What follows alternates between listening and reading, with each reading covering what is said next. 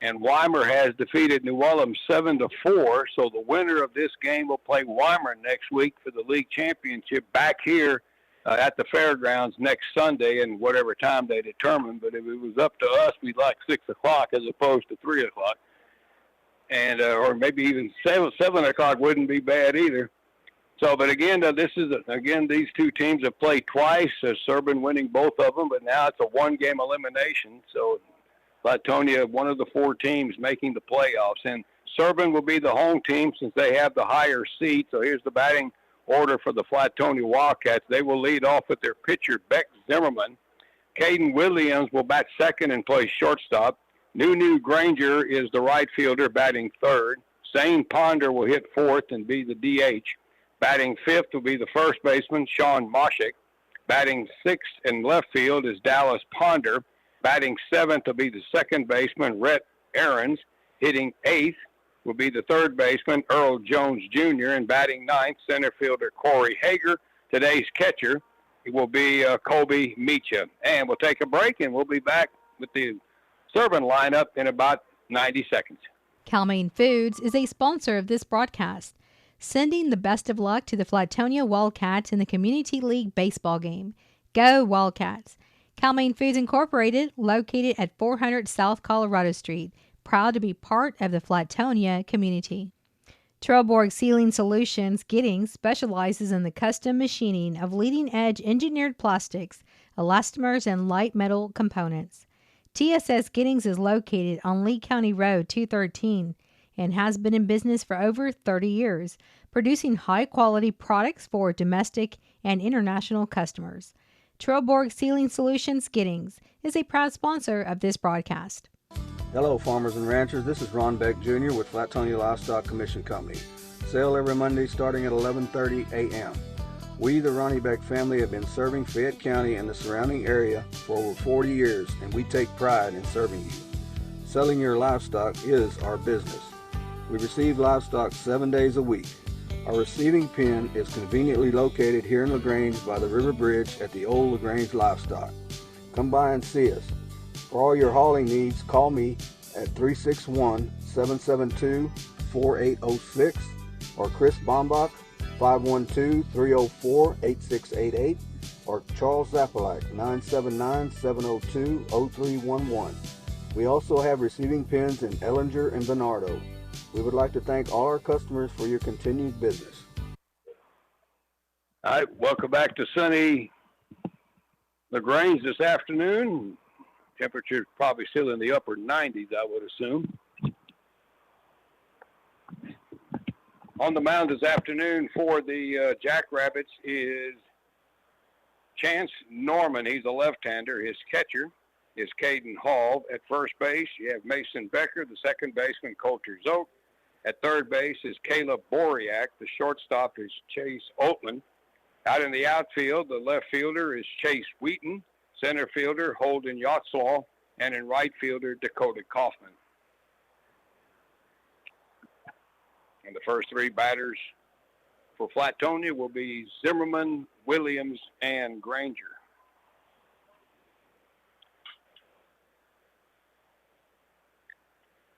Earlier this season, the two games that these two teams played,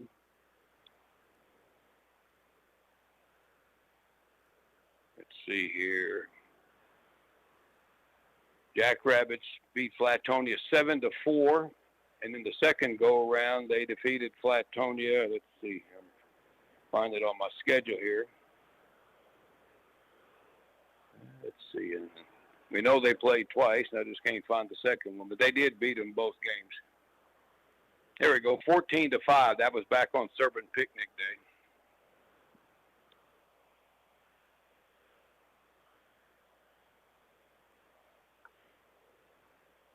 There's the throw down by Hall, and we're about ready to go as Zimmerman steps up.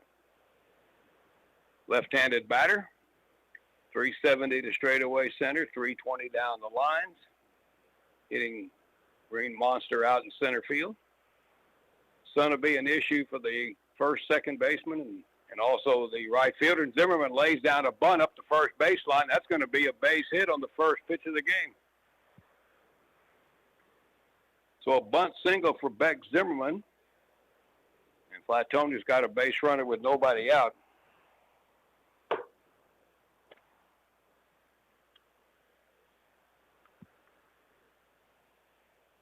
Going to bring up the shortstop, Caden Williams.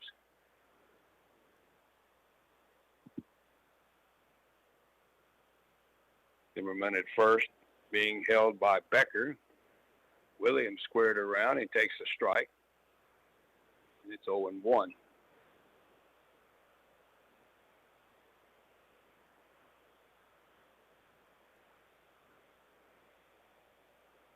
Third baseman Boriak is on the grass now. Pitching to Williams. That's down low. And it's 1 ball, 1 strike. New Granger's on deck.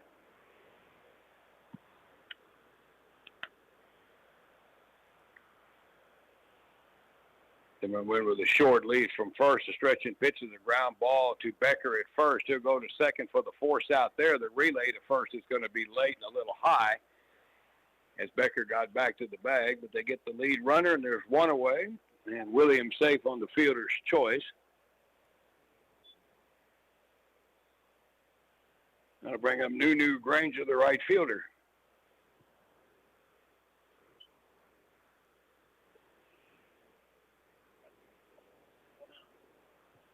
Granger, a big right-handed batter, steps up.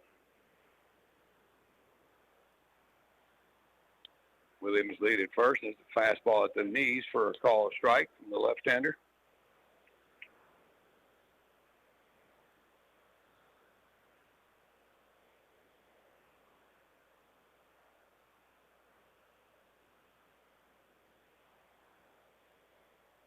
Pitch and pitch from Norman. There's a bouncer towards short. Bobbled and picked up and throws. And they got him in time at first, and that was close. Becker's foot may have been off the bag. That was really close on that ball that was bobbled by their shortstop, Chase Oatman. And now we got a conversation between the umpires. And I think the question for Flatonia is whether he was on the bag or not when the ball got him. They're not going to change that. So there's 2 outs and a runner at second as Williams takes over there.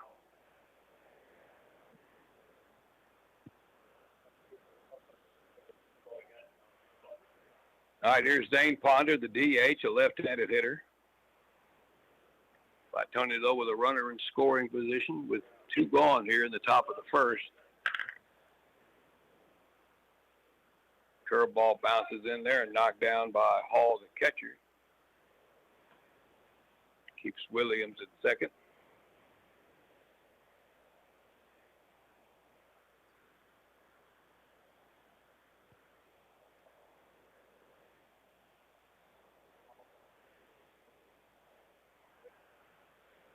Norman ready. Pitch breaks down low and inside the Ponder, and he gets a hit. 2 balls, no strikes.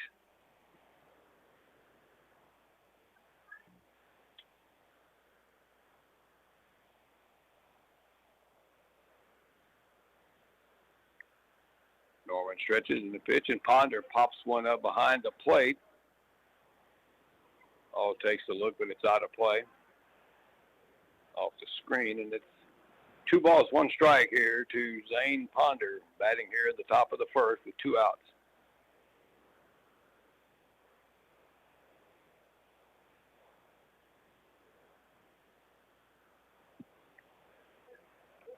Williams down at second. Ponder, they play into the opposite field, and he takes a fastball at the knees for a strike. Good pitch there, and it's 2-2. A lot of room in right center.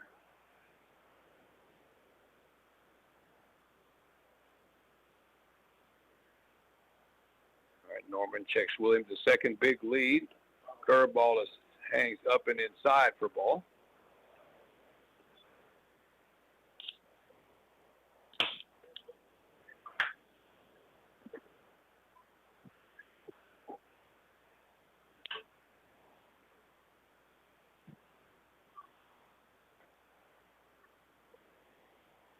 All right, Norman ready to pitch.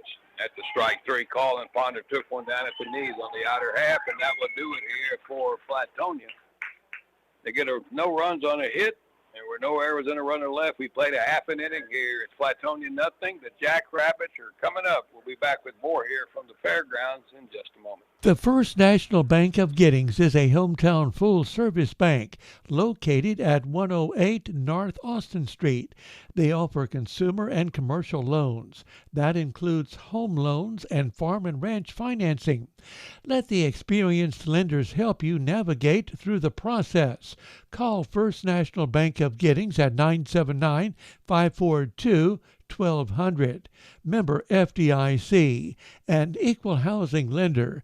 The First National Bank of Giddings supports the Serbin Jackrabbits, and they're happy to be a part of today's broadcast.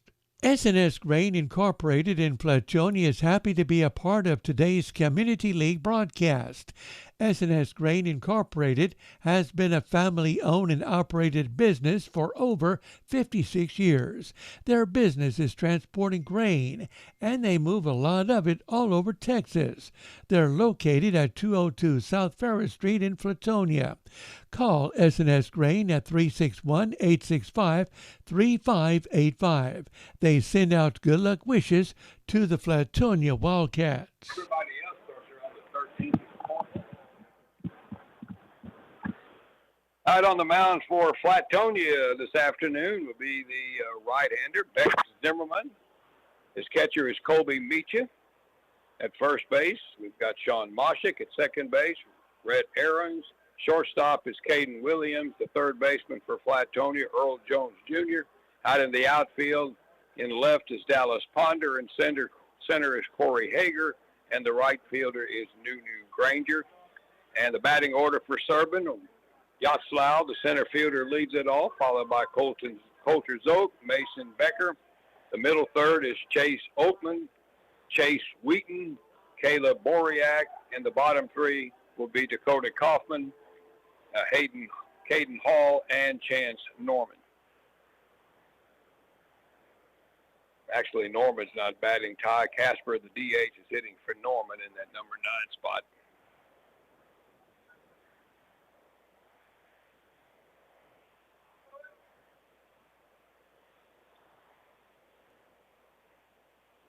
All right, Zimmerman ready. First pitch he throws for the afternoon is a strike. Right above the knees on the outer half to Yatslau, the left-handed batter, and it's 0-1.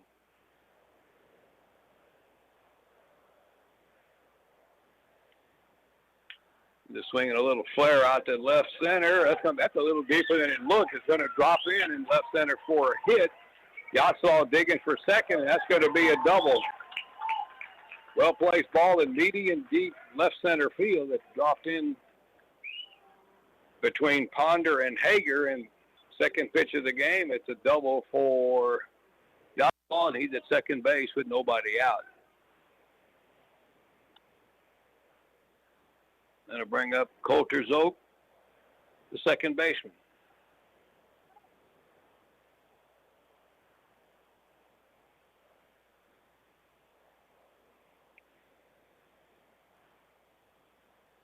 Right-handed batter. Zimmerman checks him out of checks the runner at second. The pitch is way wide for ball.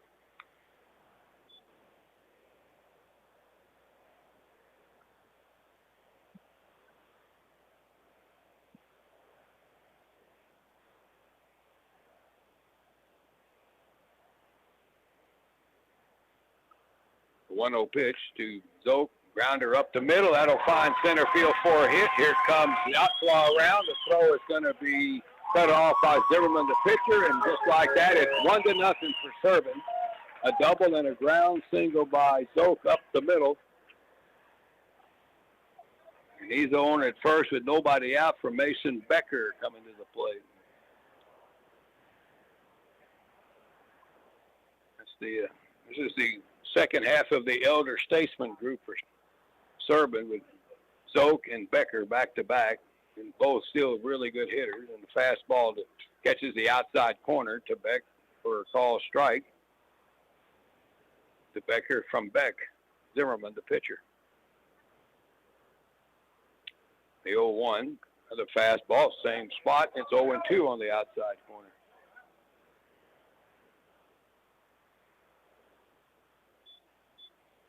So really not a threat to run there at first. The 0-2, swinging a bouncer over the mound. Williams, the shortstop, touches the bag and throws to first, and they got a double play. Well done there by Caden Williams, the shortstop. That erases Zope, and there's now 2 gone with the bases empty for Chase Oatman. The 6 unassisted, 3 for the double play. Perfect ball for the shortstop to handle there near the bag with a big bounce. All right, Oatman steps up, the shortstop. Fastball is right through there for a strike from Zimmerman.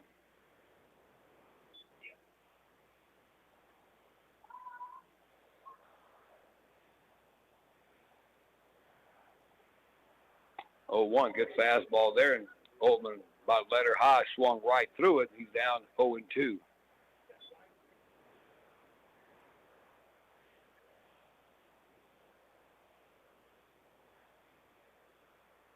Swing and a miss, and good morning, good afternoon, good night, and Oatman down on strikes, and that'll do it here for the Jackrabbits, but they pick up a run on a couple of hits, no errors, and nobody left. 1 inning, Serbin 1, Flatonia nothing. More Community League action here from the fairgrounds on KBUK after this. If you're craving New York-style pizza, it's available at Reba's Deli and Pizzeria, and there are 2 locations to enjoy it. Reba's in LaGrange, located at 539 East Colorado, and Reba's in Giddings at 208 East Austin. Their pizza is hand-tossed and brick oven baked. Reba's also has wonderful specialty sandwiches and wraps. Visit their website, rebaspizza.com, for the entire menu. And you can also call in your order in LaGrange at 968-3100 and in Giddings at 542-4700. Reba's Deli and Pizzeria is happy to be a part of this broadcast. For over 60 years, a trusted name for high-caliber paving and seal coating work has been J&P Farick Paving in Flatonia. They're knowledgeable in road construction and maintenance, parking lots and driveways. They're also Better Business Bureau rated for concrete work. Give Kirby a call, 361-772-0054 for a free estimate. That's 361-772-0054. J&P Farick Paving wishes good luck to the Flatonia Wildcats in today's Community League game, and they're happy to be a part of the broadcast. All right, top of the second inning, the Bulldogs, not the Bulldogs, this is the Flatonia Wildcats. We have Mashek Ponder and Aaron stepping in here in the second inning.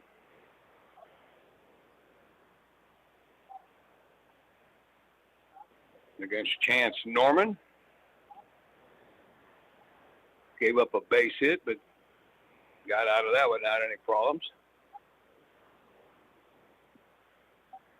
1-0 for Serbin. Here's Mashek stepping in, and he bounces one up the middle. Tough play here for Zoke. Scoops it.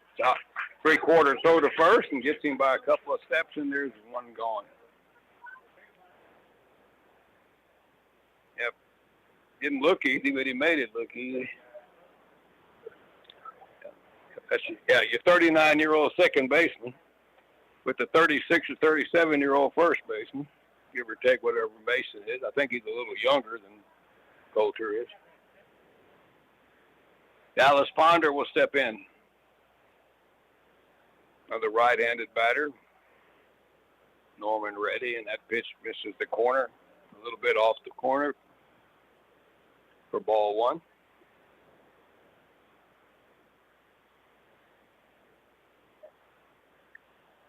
Curveball stays high and outside, and it's 2-0 to Ponder with Rhett Aarons on deck.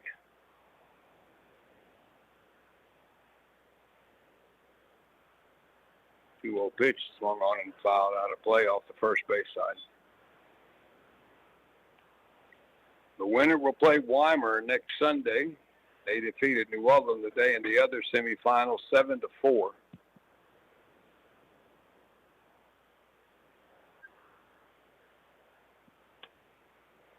Pitch is up and away from Ponder for ball, and it's now 3-1.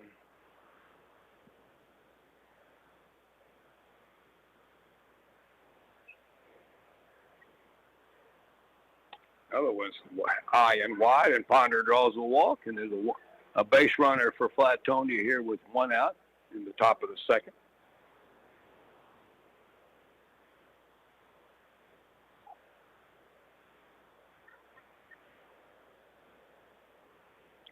All right, there's Red Aarons, the second baseman.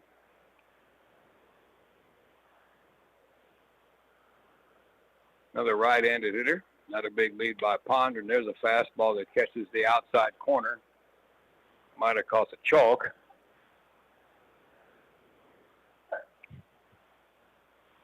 Oh and 1 to Aarons. 0-1 stretch. Another one's out there in the same spot, and that might have been a little further out there. And it's 0-2. You better protect the plate here with at least those first two strikes. Stretch and pitch, that's way out there. That's a little too far. And it's ball one.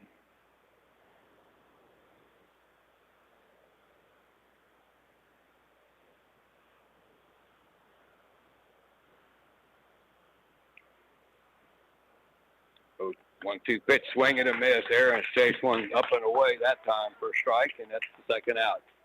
Second strikeout for Norman.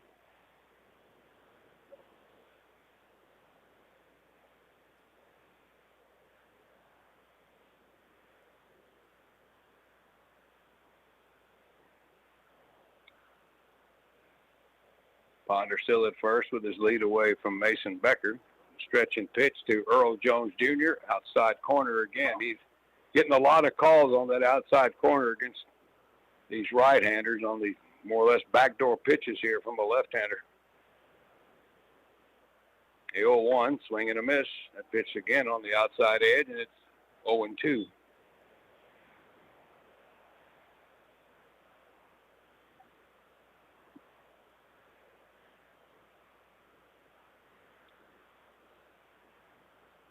One-two pitch to Jones.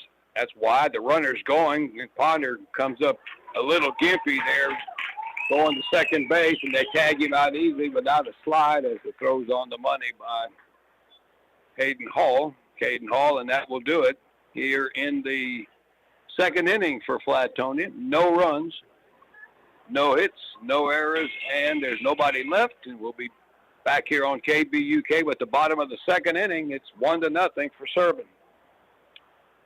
For over 80 years now, the Cavender Auto family has kept Texans on the road, and today's no different. With one click to CavenderAutoCountry.com, shop 4 Cavender dealerships, including Cavender Ford, Cavender Chrysler Jeep Dodge Ram, and Cavender Polaris in Columbus, and Cavender Chevrolet Buick GMC in Weimar. One click, 4 dealerships at CavenderAutoCountry.com, making confidence happen right here at home. Joel's Barbecue in Flatonia serves up wonderful, delicious barbecue every time you stop in. They smoke their barbecue in wood pits until it gets that sweet, dark, delicious look and flavor. So when you're hungry, go by Joel's Barbecue at the intersection of I-10 West and FM 609 in Flatonia. They're open every day except Tuesday. Joel's Barbecue is family owned and operated, and they're happy to be a part of tonight's broadcast. We go to the bottom of the second inning. It'll be for the Jackrabbits. It'll be their bottom third of the middle. Let's make this the middle part of the order. Wheaton, Boriak, and Kaufman facing Beck Zimmerman in a 1-0 game. Okay, we heard a while ago that Weimar won 7-4. Now I'm getting a score that said it was 9-6. So take your pick. Well, the manager just sent this score, so I tend to think that may be more accurate than the one we got a while ago. Yeah, Weimar did beat New Ulm. That much we know.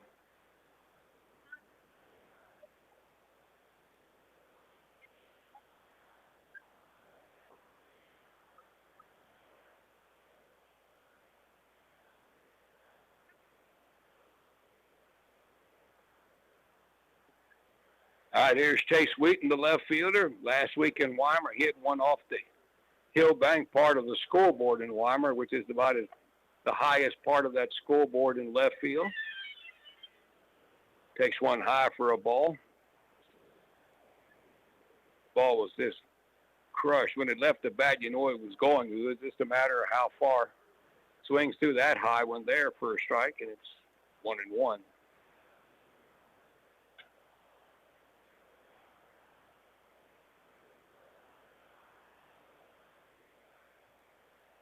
Caleb Boriak and then Dakota Kaufman will follow. That pitch bounces in there for ball. Bounces back behind. Meets the catcher.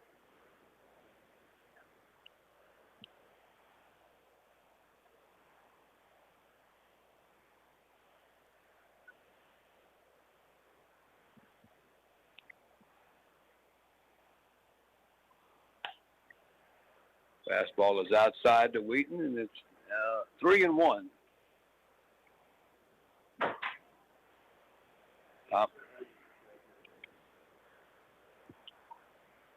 Zimmerman out of the stretch all the time, fires one, and that one is swung on and fouled back.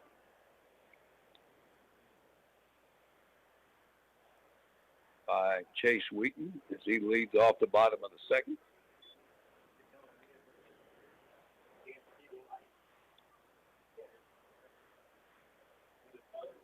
Fairgrounds ballpark here. Scoreboard is not about a year old for the new scoreboard, give or take. Much improvement there for sure. Field's in good shape. 1-2 pitches, a fly ball out towards center, charging hard, now getting underneath it, and a basket catch out in center for the Flatonia Wildcats out there by Dallas Ponder.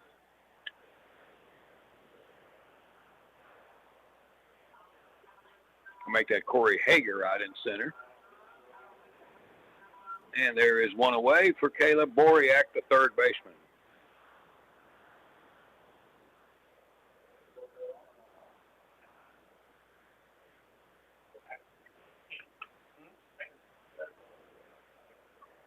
All right, Zimmerman ready to work to Boriak, and that fastball is up and in on him for ball.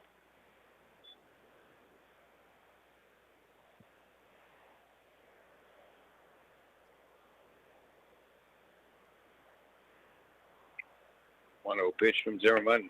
Fastball sails high and inside.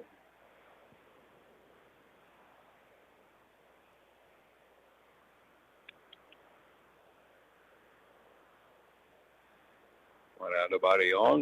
And the fastball catches the outside corner.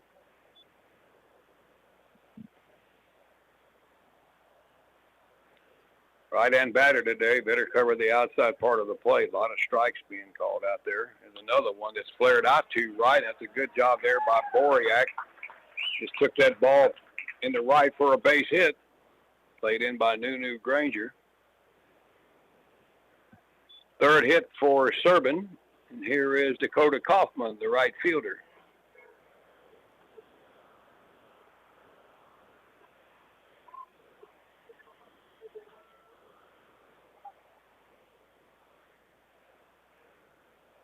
Boriak gets his lead away at first from Sean Moshek. Stretching pitch to the plate. The breaking ball in there for a strike.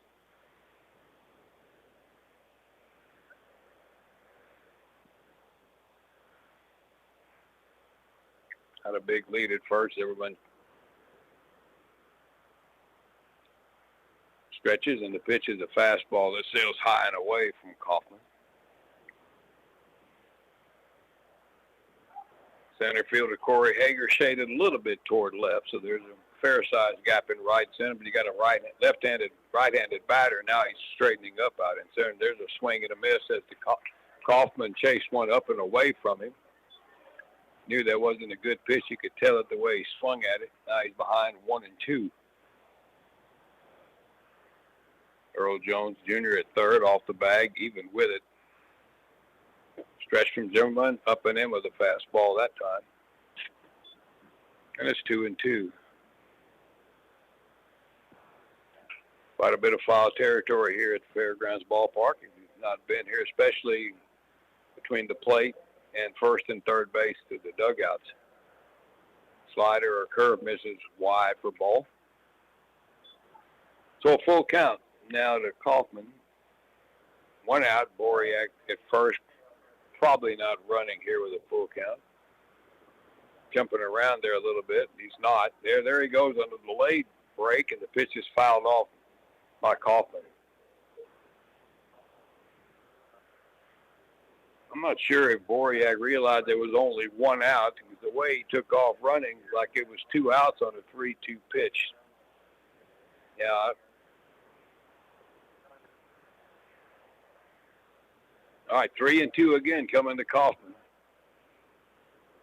Runner Hull swung on by Kaufman and fouled back. And thought he had a pitch to hit there and just missed it.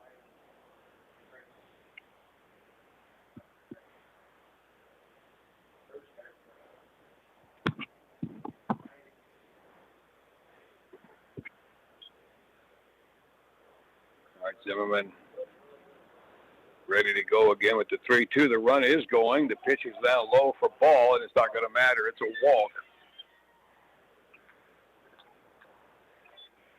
So 2 on now for Serbin. That'll bring up Caden Hall, the catcher.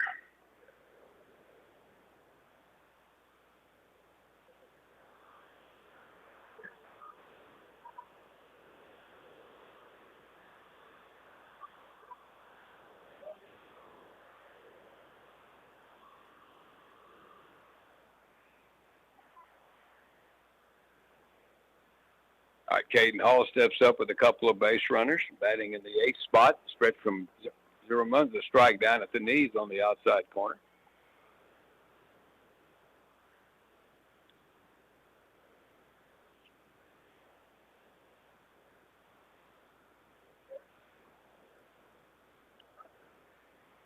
Zimmerman ready, that breaking ball stays in, and as Hall had to back off the plate there, that's 1-1.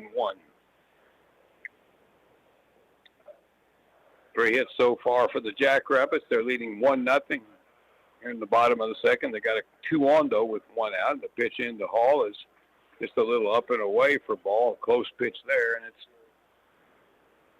2-1.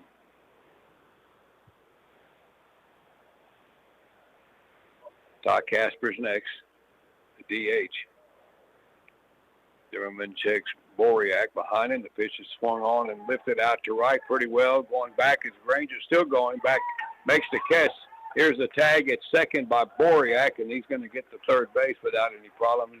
Granger was backing up when he made that play, and no chance to make a play at third on that fly ball. So Serbin with runners at first and third, but there are 2 outs for Todd Casper.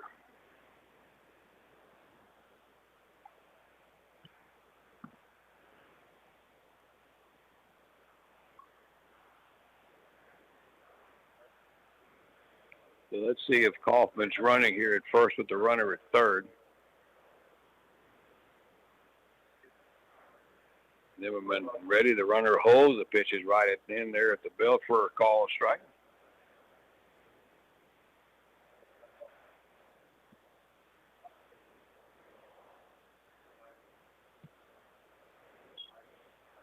Had a big lead at first. The pitch from Zimmerman swung on a foul. Back by Casper. Down 0-2. Again, just confirming that Weimar score. They did beat New Ulm today 9-6. There goes Kaufman now. Zimmerman steps off the rubber with the runner at third and just kind of lets him take second. They were trying to coax maybe a balk or a rundown play to try to get that run home from third. All right, 0-2. Swinging a foul by Casper. Of course, Zimmerman, just a recent graduate. He's pitched a lot. And the high school coaches know every trick in the book with runners at first and third, so that is nothing he's never seen before. The 0-2, swinging a grounder towards short. Charging is Williams. Over to first base, a high throw, but a good play at first by first baseman Sean Moshek, and that will do it here for Serbin. They strand a couple of runners here in the bottom of the second without scoring, and we're going to the third. It's a 1-0 lead here in this semifinal for the Community League. Serbin leads it over Flatonia. We'll be back here in just a moment. The LaGrange Family Health Center is happy to announce that their new physician, Dr. Nathan Anderson, is now on board, and he is seeing patients in both the LaGrange and the Giddings Clinic. The LaGrange Clinic is located at 1253 North Von Minden Street and over in Giddings at 598 Cactus Street. To make an appointment, you can call 979-968-8493. Again, Dr. Nathan Anderson is now on board and is seeing patients at the LaGrange Family Health Center, their location in LaGrange and Giddings. Looking for some good home-style cooking? You got to visit Jamie's Cafe at the Flatonia Livestock Auction Barn on Highway 90 just east of Flatonia. Jamie's Cafe voted Best Burger 3 times, along with Best Homestyle Cooking and Best Hole-in-the-Wall Cafe. They're open Mondays 9 to 6 and on Thursday and Friday from 11 to 2. Call your order in at 361-772-3307. You can also follow Jamie's on Facebook. All right, our ball game moves on to the third inning. Flatonia will send up their 8, 9, and 1 hitters. It'll be Jones, Hager, and Zimmerman facing Chance Norman, who has given up 1 hit so far through the first 2 innings.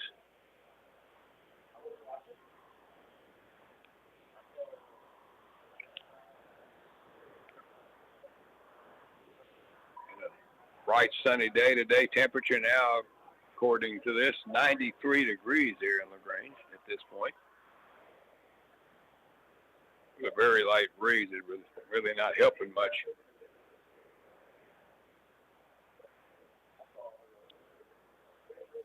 Norman still finishing up his warm-up pitches. And there's Hall's throw down to second.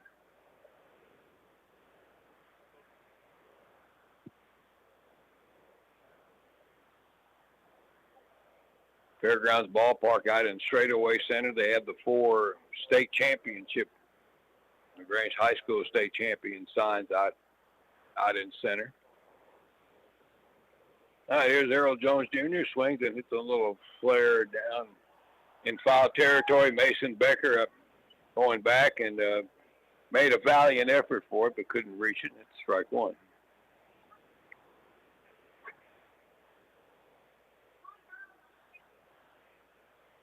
State championships, my eyes are still fairly good. 73, 01, 04, and 13. The 04 champion coach is sitting down the other end of this building here, Coach Ferguson. Pitched in the zone. It's outside with a fastball, and it's 1-1.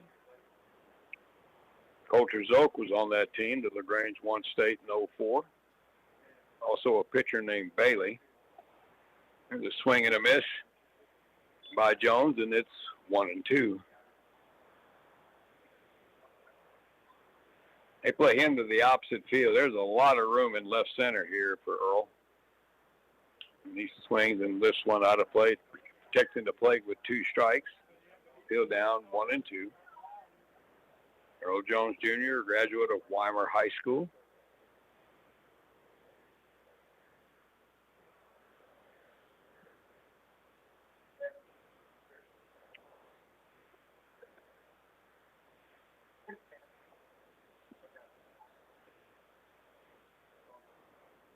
Pitch to Jones, and he checks his swing on a outside pitch, held up. That pitch was well off the plate, but somehow managed not to go around on it, and it's 2-2. Right fielder for Serbin, Dakota Kaufman, is really hugging that line out there in right, and there's a swing and a miss as Jones checks his one a little bit down and away from him from Norman, and that's Chance's 3rd strikeout already on the afternoon, and there's one away here in the 3rd inning, and it'll bring up Corey Hager, center fielder. Left-handed hitter, batting in the 9 spot.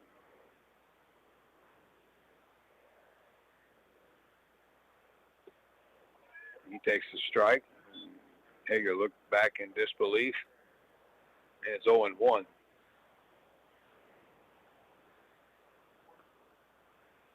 Norman quickly works the 0-1, a curveball. I got the inside corner there. That's 0-2. Got a lefty on lefty here.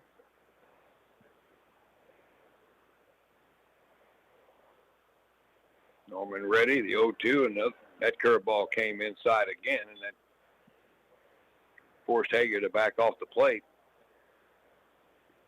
Beck Zimmerman is next. 1-2 pitch, and that's a fastball right through there. After all curveballs, they came with the fastball and kind of froze Hager on that one for a strikeout. And that's 3 in a row now for Chance Norman. And back to the top for Beck Zimmerman, who had a base hit to start the game, but was erased on the double play ball. Or on a force play ground ball, rather. And that pitch by Norman bounced well out in front of the plate and bounced over everybody.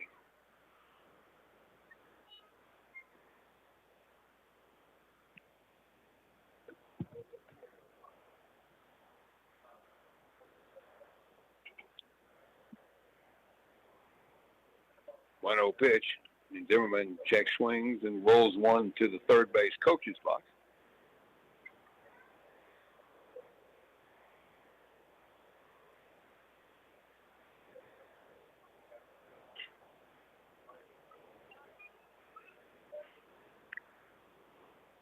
Strike call on that one on a curve. Now it's 2-2. Actually, maybe 1-2. Norman ready, pitch into Zimmerman. Outside corner, call strike 3. And that was Zimmerman is slowly walks back to the dugout after that one. That's 4 consecutive strikeouts now by Norman. He strikes out the side here in the third inning, 3 up and 3 down. And our game moves on to the bottom of the third here at the Fairgrounds Ballpark. It's Serbin still up 1-0 over Flatonia. More baseball on KVUK in a moment. Cal-Maine Foods is a sponsor of this broadcast, sending the best of luck to the Flatonia Wildcats in the Community League baseball game. Go Wildcats!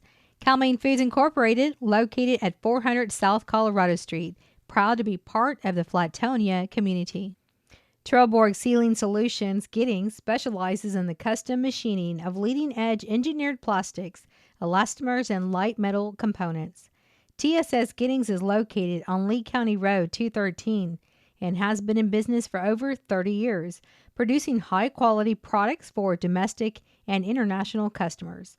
Trelleborg Sealing Solutions Giddings is a proud sponsor of this broadcast.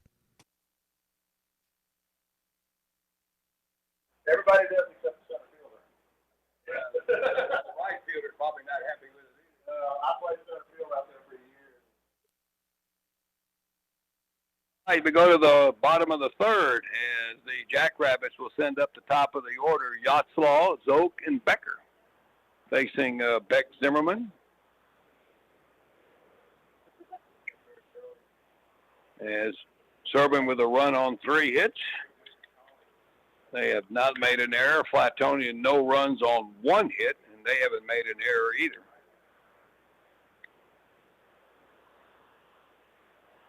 Zimmerman has struck out 1 batter so far, given up to 3 hits, and he's walked 1.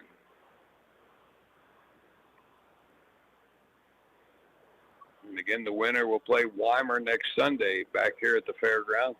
This park is the designated field for the championship game regardless of who's playing. This game today is really a home game with the higher seed for Serbin, but they opted not to play in Serbin. They opted to play here. All right, Yatzlaw steps up. He scored the only run, and he takes an inside pitch underneath his hands for a call strike at the knees. Good pitch there from Zimmerman. Yatzlaw doubled into left center to start the game.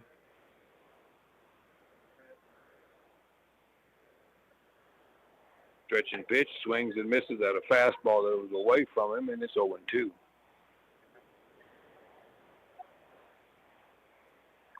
Yatzlaw scored on the single by Coulter Zoe. He's on deck. All right, 0-2. Curveball, that's swung and foul back into the screen.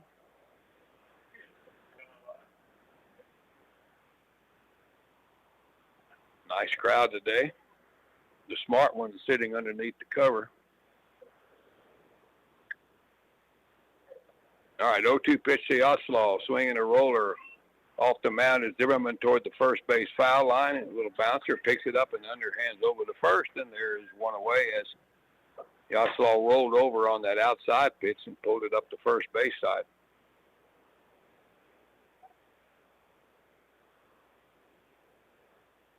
All right, here's Coulter's Oak. He had the base hit that scored Yaslaw in the first.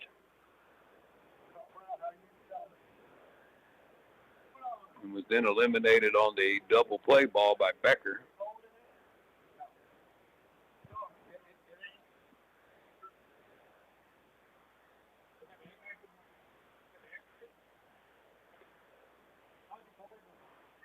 All right, Coulter, a right-hand batter.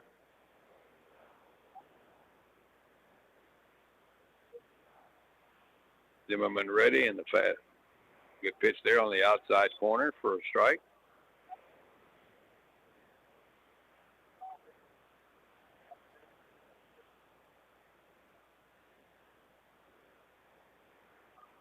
Outfielder's fairly deep. The 0-1 fastball is swung on and foul back. That was right about belt high. So 0-2 to Zoke.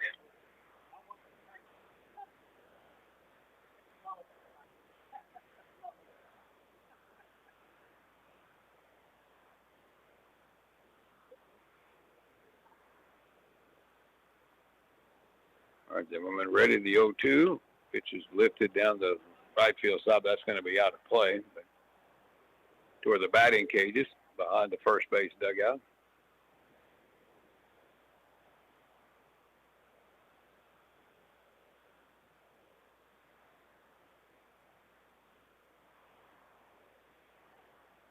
All right, the 0-2 again. Swinging the ball lifted down the right field. That's pretty well hit down the line, but it's going to drop foul as New Granger could not get to it. And that was very close to that imaginary line that's actually out of play down that line. I guess it still goes from the pole to the corner. Is that out of play? Yeah. The light pole? Okay. Yeah, it's covered up by the pole. All right, the 0-2 again. There's the ball hit out in the center, and that'll be a base hit. He's 2 for 2 again. I just don't think he ever makes outs. Doesn't seem like he ever makes an out. Just served it in the center. He has his second hit. And there's Mason Becker, who didn't do a double play his first time. Flatone's wearing white pants today with the dark blue shirts with gold pinstripes and gold lettering and numbers. A Serbin with predominantly white with red, black trim with that rainbow color type uniform like the old Astros used to wear. Letters and numbers are in red.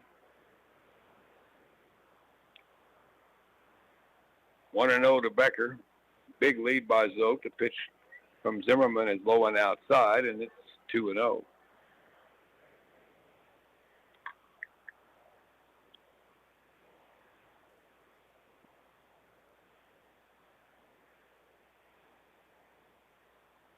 Pitch, and that ball is opposite fell, well hit down the right field line. Granger's not going to get this one. It's fair all the way to the wall.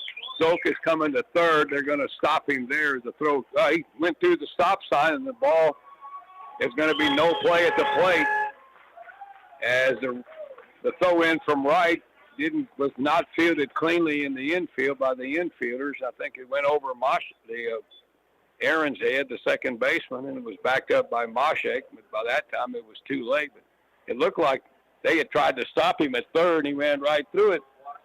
Yeah. And it's 2-0 as Becker with a double drives in the run. And the first pitch in to Chase Oatman misses for ball one.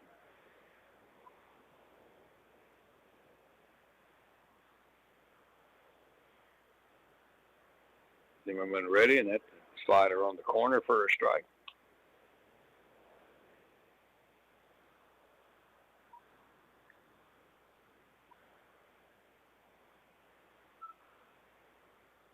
Zimmerman ready. Pop up, that'll be fouled down the right field side, but out of play. Off the roof of the batting cages that time. Altman struck out swinging in the first inning. Serbin now with 5 hits.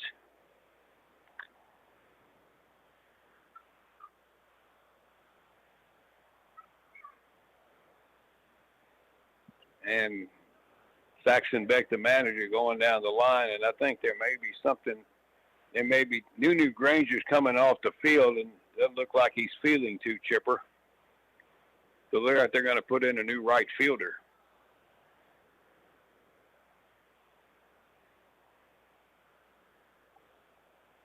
And that's Ty Ponder going out to right field now.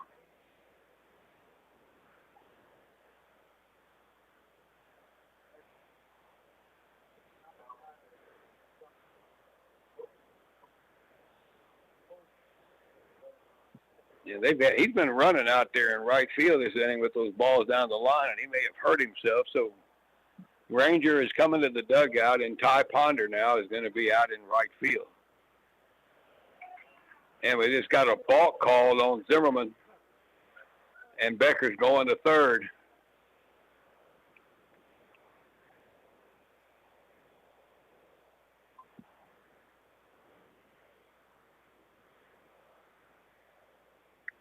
All right, open at the plate. There's a little flare out in the right center, line drive. That's a base hit. It's going to make it 3-0. That's going to, and Altman's digging for second, and that'll be a double out in left center field, or right center field. Ty Ponder just went out to right, and that ball went into the gap, and it's now 3-0 for the Jackrabbits. 3 straight hits in the inning.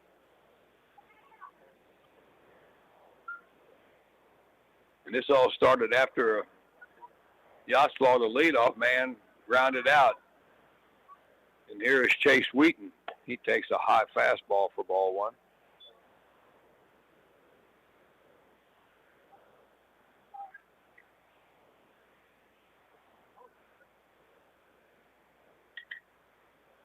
Zimmerman checks the runner at second. Fastball up and in on Wheaton for ball, and it's 2-0.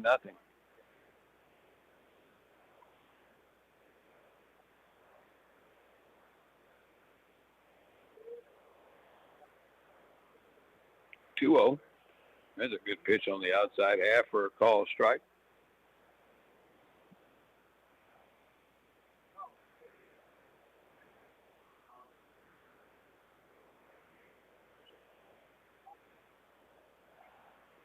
Swing and a miss by Wheaton.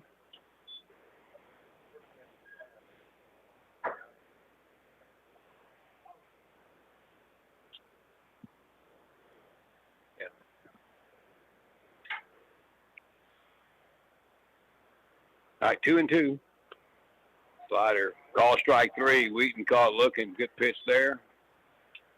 A couple of inches have been available on the outside corner against these right-handed batters today. Second out of the inning for the Jackrabbits. And here is Caleb Boriak, the third baseman, who had a base hit his first time. A couple of runs in the inning now for the Jackrabbits here in the bottom of the third. Now leading 3-0. Fastball catches that outside corner for a strike.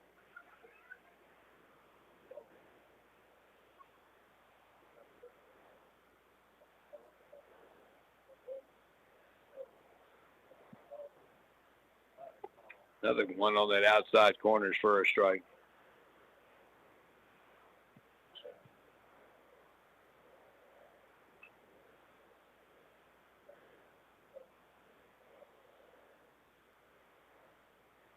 Oh, 2. Bouncer towards second. Aaron's up with it over to first, and that will do it. But the Jackrabbits come up with a couple of runs here in the third inning on 3 consecutive hits. There were no errors and a runner left, and we're through 3. Jackrabbits 3, Wildcats nothing. More baseball from the fairgrounds on KVUK here on a Sunday evening right after this. Hello, farmers and ranchers. Jamie Micklick here once again with Flatonia Livestock Commission Company. Flatonia Livestock is located at 1500 Highway 90 East in Flatonia, and our sale is on Monday starting at 11:30. The Ronnie Beck family would like to say thank you so much for your continued support in business. We really do appreciate it. We have holding pens in Ellinger, LaGrange, and Bernardo for your convenience. For all your hauling needs, contact Ron Beck Jr. at 361-772-4806. And we receive livestock 7 days a week. That's right, 7 days a week. Also, go check out our newly revised website at www.flatonialivestock.com or check out our Facebook page. Remember, selling your livestock is our business. Once again, thank you so much, the Ronnie Beck family and Flatonia Livestock. All right, welcome back. Okay. It'll be Williams, Granger, and Ponder.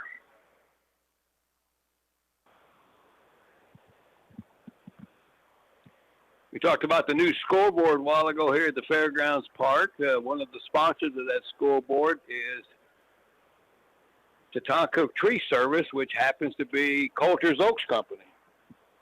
So a former Leopard helping out the Coach Ferguson. A major donation. That's where we'll put that. And believe me, that was a very needed scoreboard here because the numbers on the old one, you couldn't see them 5 feet away from them. It was pretty tough. And it has Velcro Cater Field and big wide letters on the top of the board. And the backdrop now here at the ballpark from center field around to right field, you get the Texas Czech Heritage and Cultural Center buildings.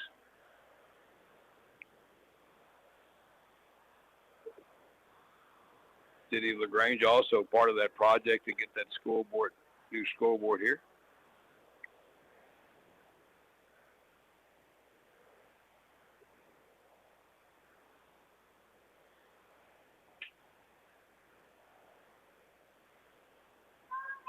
Chance Norman back out there to start the 4th inning for Serbin. He's pitched 3 shutout innings so far, only giving up 1 hit.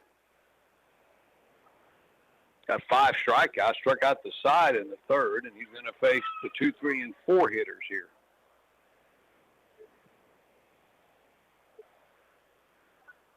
First pitch into Caden Williams. That bounced way out in front of the plate and got a piece of Caden Hall, the catcher, for ball 1.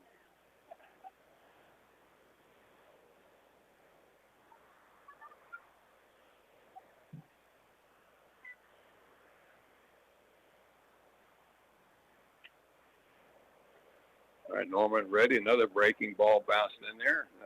And it's 2 balls, no strikes here to Caden Williams. Ty Ponder's on deck. 2-0 pitches, a line drive into right. That's a base hit for Williams. He got that one to the left of Coulter's Oak, and that's the 2nd hit of the afternoon for Flatonia. And their first one since the 1st inning. Here's Ty Ponder. His first trip to the plate today came in to play right field for Granger in the last half inning.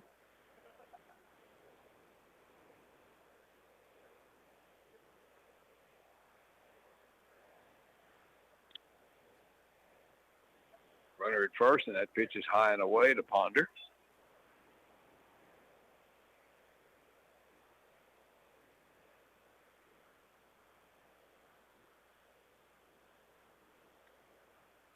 Play him to pull a little bit. And there's a swing and a pop-up. That'll be out of play right behind the plate.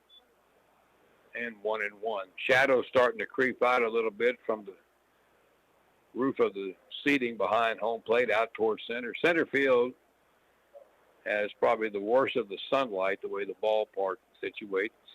The right fielder, some, but not as much as center.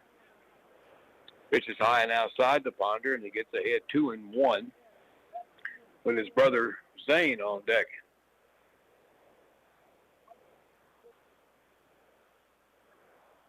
Stretching pitch. Fastball got the upper part of the zone, right on the outside part of the plate for a strike, and it's 2-2.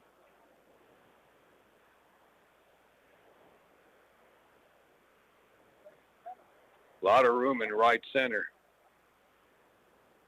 That curveball got away from Norman and off the mitt of Hall. Back to the backstop and down to second, taking a big turn. There is Williams. He'll stop there on a definite wild pitch there.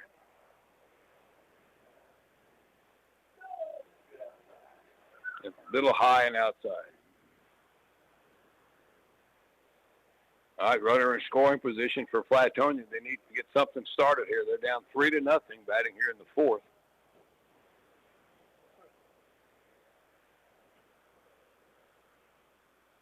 All right, Norman ready to go. Pitch to Ponder. Outside corner, call for a strike. I'm telling you, the pitchers are living on that outside edge with those right-hand batters today, and that's a strikeout number 6 for Norman. And here is Zane Ponder, the DH, a left-handed hitter. He went down looking his first time. So the brothers batting back-to-back now. All right, Norman checks Williams at second, pitch to the plate, and a swing and a miss by Ponder at a high fastball for strike one.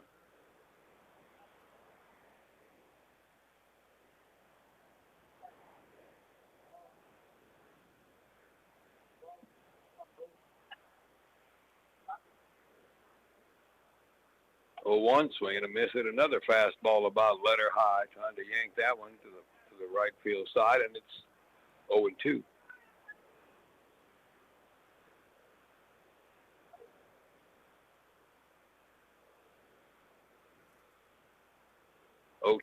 Swinging that'll be a ground ball foul toward the end of the first base dugout.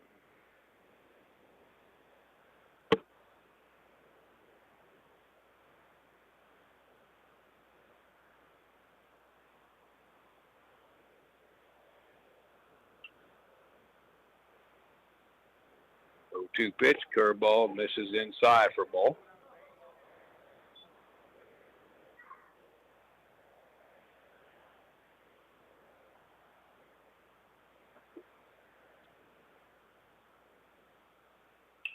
Runner second, one out. 1-2, swing and a miss, and Ponder swings over the breaking ball that time for strike 3. That's 7 strikeouts now for Norman, and he will face Sean Moshik. In Flatonia with that runner at second, down by 3 runs here. Leadoff single by Williams. Now 2 outs. Moshik grounded to second.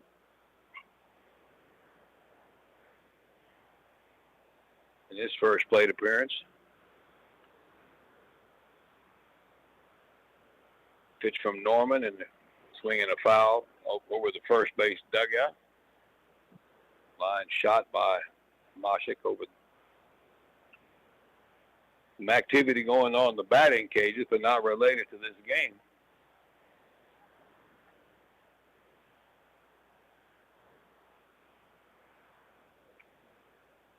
The 0-1, swinging a bouncer, slowly hit toward third, off the glove of Boriak, and it ricochets over to the shortstop, Altman, but there's no play. And Williams goes to third. And E6, Coach? Or E5? E5. And Flatonia now will have runners on the corners.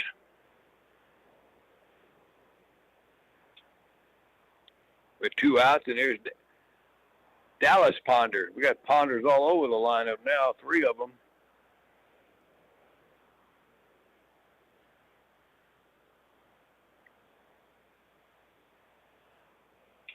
Flatonia now with Williams at third base, the first runner for them to reach third. We're here at the top of the 4th. Fastball high and away to Dallas Ponder. He walked his first time.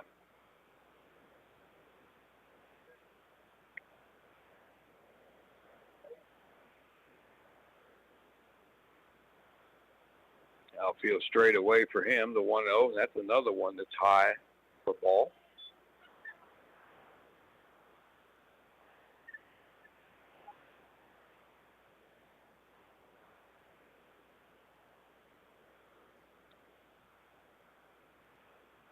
So we're going to pop up. That'll be foul. Caden Hall giving it a chase, but it's going to be out of play, behind the plate. Yeah, the outfielders in center and right are really starting to shade their eyes on every pitch now. We're getting to this time of the day.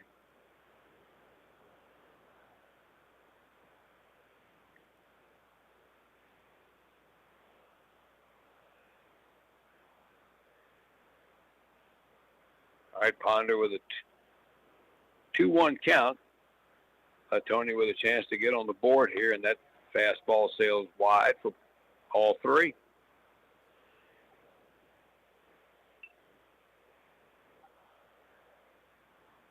KVLG LaGrange. 3-1. That's up and out for ball, and that'll load the bases. So Ponder reaches for the second time by way of the walk. That'll send Moshek to second and bring up Red Aarons, who went down swinging his first time up. And big chance here now for Flatonia. There are 2 outs. Trying to cut into this deficit here, down 3-0.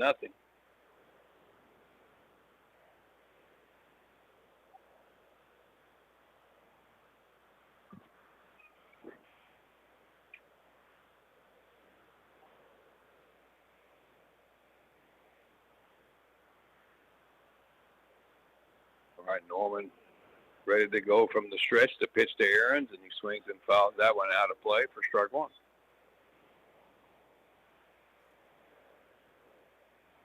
Seven strikeouts for Norman.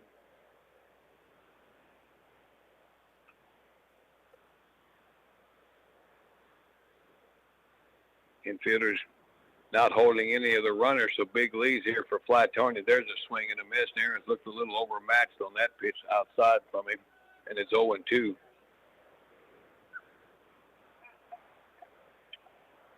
Wouldn't probably go back out there again, don't you reckon? All right, Norman with an 0-2 pitch coming up. Went inside on him, and he laid off of that one for ball.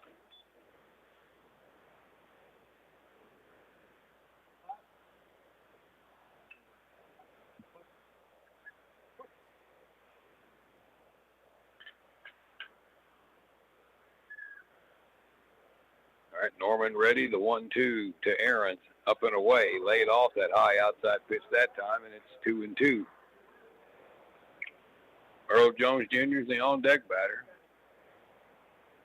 Flatonia with a base hit here could pick up a couple of runs. They have them loaded with 2 outs, though. 2-2. And a swing at a curveball that bounces in there, and the catcher, Caden Hall, will tag the batter. Oh, they called it a foul tip. Did not catch it cleanly. Okay, so Aarons is still in there.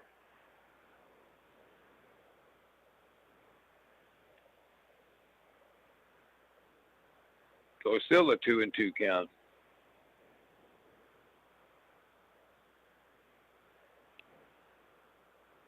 All right, Norman ready. And he swings and misses, and that will do it on the pitch low and away. And Aaron's down on strikes for the second time, and the Wildcats leave the bases loaded here in the 4th.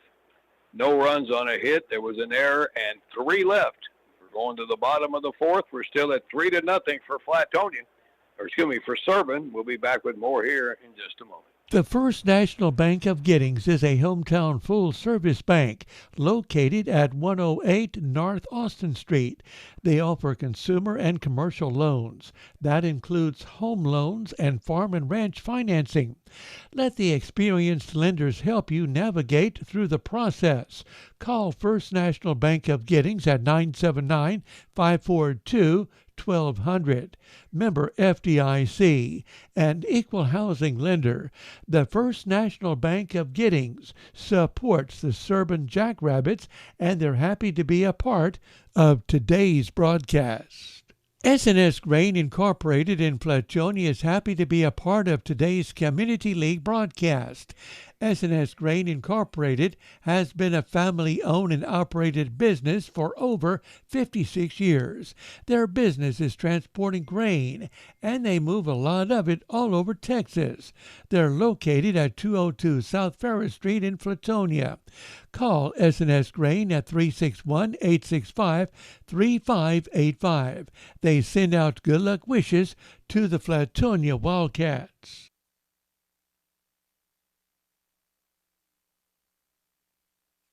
Ballpark. It'll be the bottom third, Kaufman, Hall, and Casper.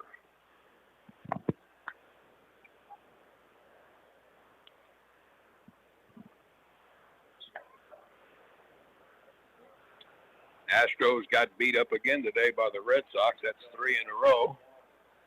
3 in a row. So the Mariners win today, so Houston's lead is down to 2.5 when it was at 7 at one point. And the Rangers are 4.5 back. You're going to win the division. You can't lose 4 in a row to the Athletics. That's not good. They got some good young players on that team. The team with no home right now. They don't even call me. It's the Athletics. They're not even Sacramento. It's just the Athletics.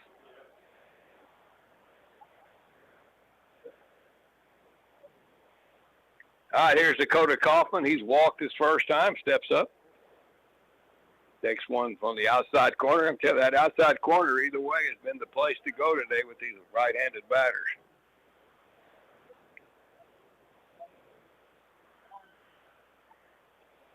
Zimmerman ready. The 0-1, that's too far out there. Breaking ball down and blowing out. And it's 1-1.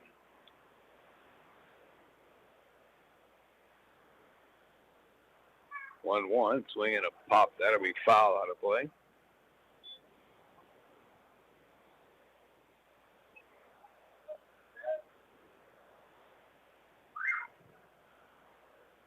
Kobe Meacha catching today for Flatonia. Will be the head baseball coach in Flatonia next year for the high school season. Here's a curveball that misses a little low and out for ball.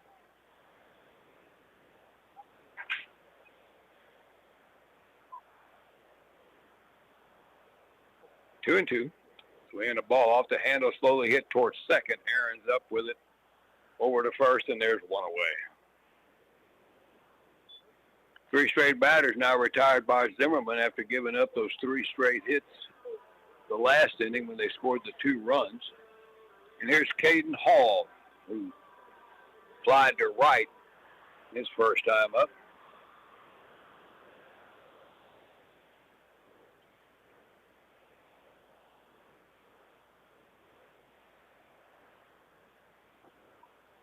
Zimmerman's first pitch to Hall is a pitch above the knees for a strike.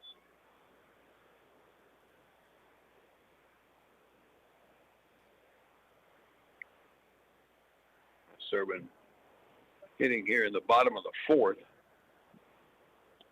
That one drops in there too low.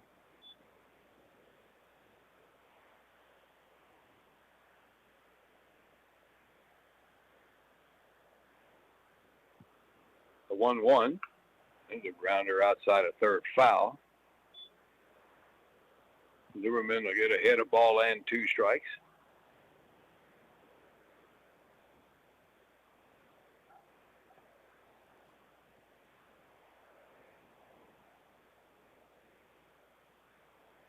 Hall batting 8th today.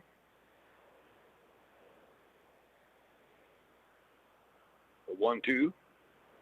Breaking ball is too far wide, and it's 2-2.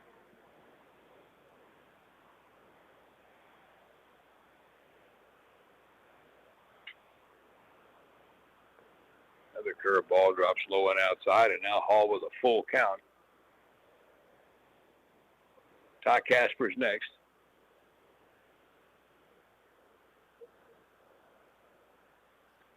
Swinging a pop-up out behind second, coming on hard is, and there's a meeting out in center between the second baseman and the shortstop and the center fielder, and the ball drops in, and then trying to get over there to cover second was Zimmerman, and it's going to be a bloop double in the center field for Hall. That was a long run for the center fielder, Corey Hager, And the two middle infielders going back, and they're lucky they didn't collide going after that one. So Hall gets a double in the center. They may have landed maybe 10, 15 feet past on the outfield grass. And they're going to put a courtesy runner in for him. That'll be Wyatt Wick running at second for Hall, the courtesy runner for the catcher.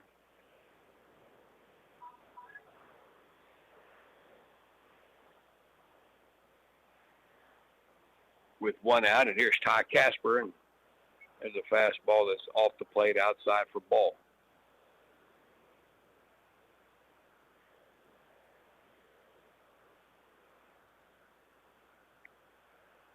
Zimmerman stretches, checks the runner, pitches a swing and a foul out of play off the first base side by Casper, and it's 1-1. 3-0 game for Serbin here in the bottom of the fourth. There's a strike call underneath his hands on the inside corner. I think Casper thought that was inside.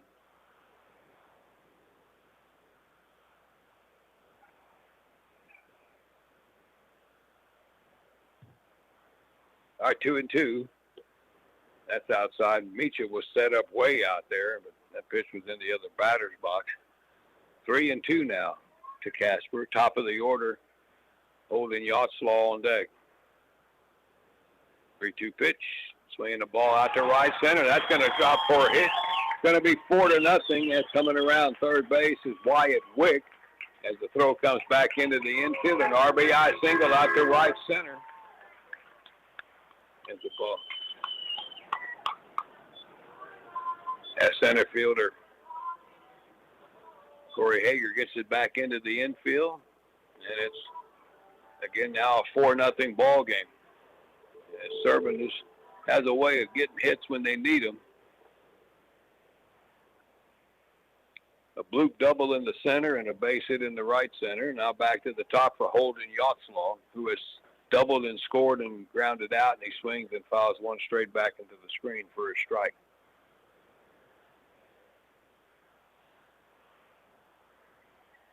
A little dribbler back to Zimmerman in the third. There's a fly ball out to shallow right. That ball may be trouble. Up coming in to make the play. Left field, not right. That would be Flatonia's left fielder coming in to make the play there. Dallas Ponder had the sunglasses on. Not that deep, and there's 2 outs.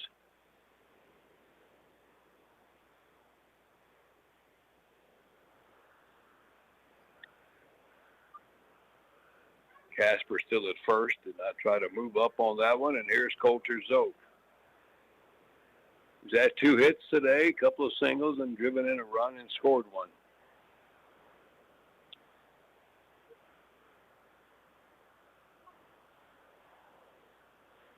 Corey Hager shading him toward left center. A lot of room in right center, and first Zimmerman going to make a quick throw to first, hoping to catch Casper off the bag, but he got back.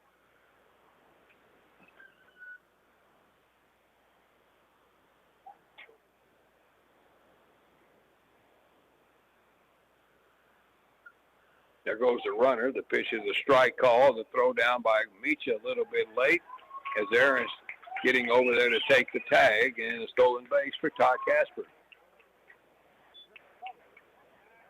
Mecha did a good job on that throw. The throw was on the bag. Aaron's maybe a little late getting over there. Had a little ground to cover to get out there, but it's a stolen base for Casper.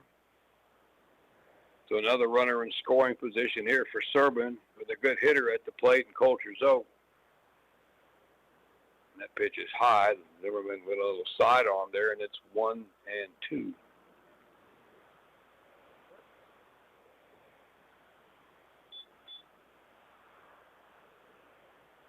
Pitch to Zoke. Got a strike on the corner. Well, apparently that wasn't 2. Now it is 1-2.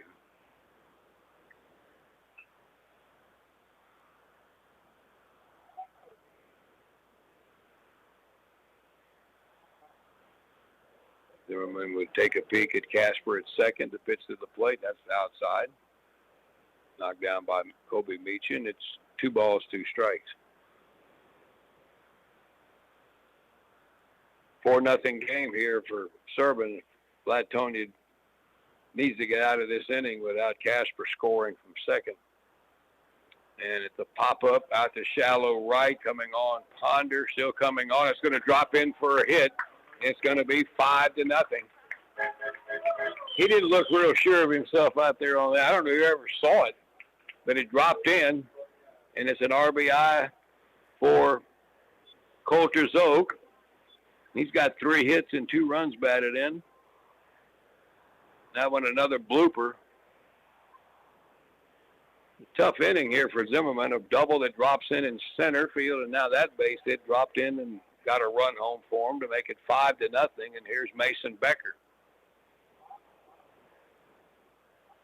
And Mason swings through a high fastball for strike 1.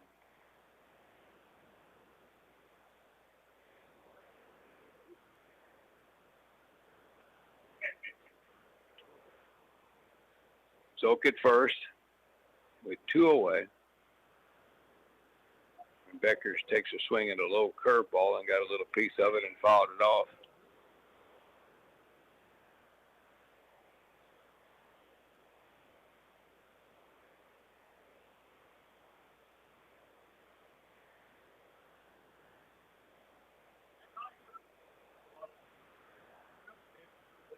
All right, the 0-2 pitch.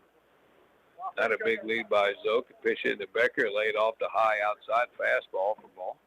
He almost chased it.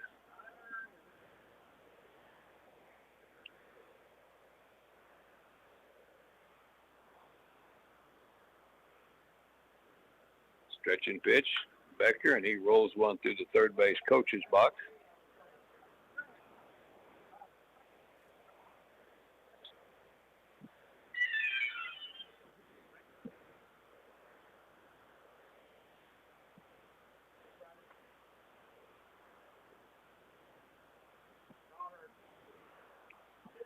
All right, 1-2, runner going. Pitches a swing and a miss, and Mason chased one way off the plate for strike 3. But a couple of more runs here for the Jackrabbits as they tack on to make this lead a 5-0 ball game now. They get 2 runs on 3 hits.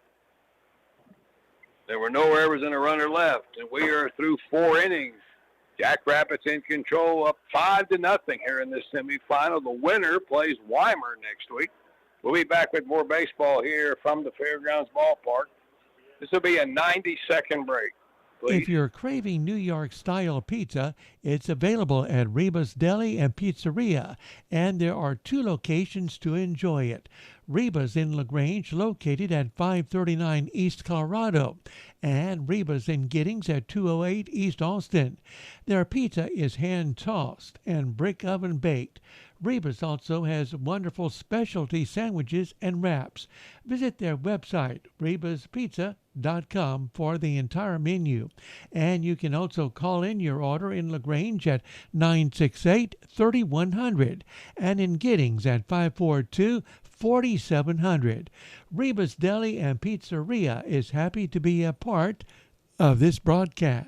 For over 60 years, a trusted name for high-caliber paving and seal coating work has been J&P Farick Paving in Flatonia.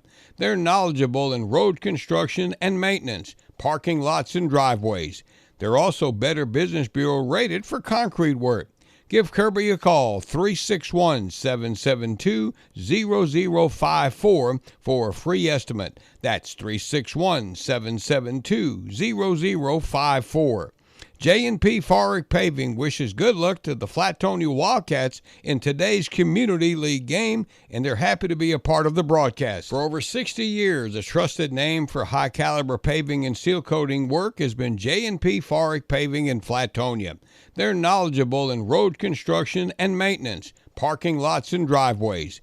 They're also Better Business Bureau rated for concrete work. Give Kirby a call, 361-772-0054 for a free estimate. That's 361-772-0054. J&P Farick Paving wishes good luck to the Flatonia Wildcats in today's Community League game, and they're happy to be a part of the broadcast. All right, we go to the 5th inning. It'll be Jones, Hager, and Beck. And there's a strike called to Earl Jones Jr. He went down swinging his first time. Flatonia's got to get something going here. Fifth inning now, down 5-0. The 0-1, swing and a miss, and it's 0-2. Chance Norman has struck out 8 batters so far today.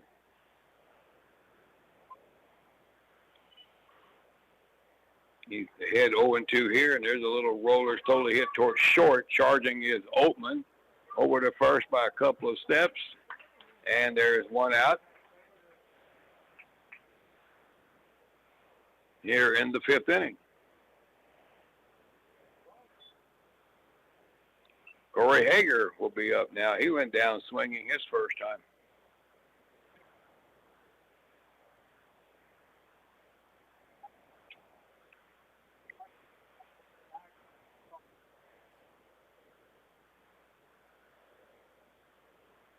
First pitch to the left-handed hitter, a pitch under his hands and a swing over the top of it. Hager got a little piece of it. Foul tips it into the mitt of Hall for strike 1.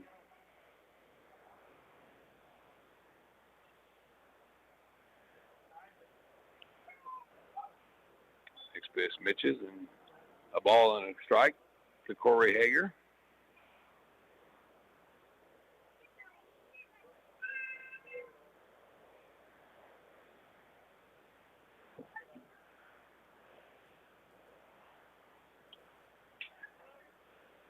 Hager fouls one off, third base side, and now falls behind 1-2.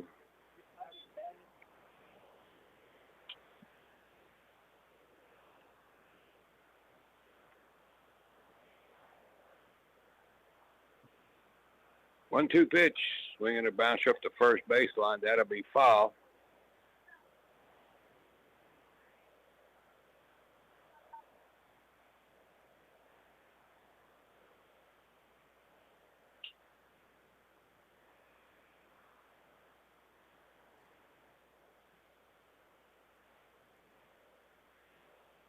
That one bounces in there from Norman, and Hager now with a 2-2 count.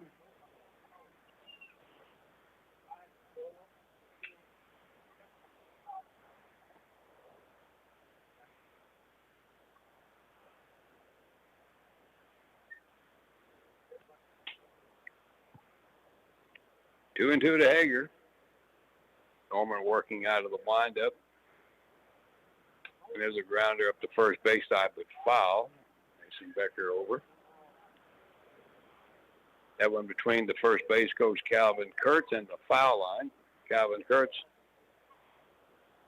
a few years ago, played for the Flatonia Wildcats back in the old South Central League. Good pitcher in those days.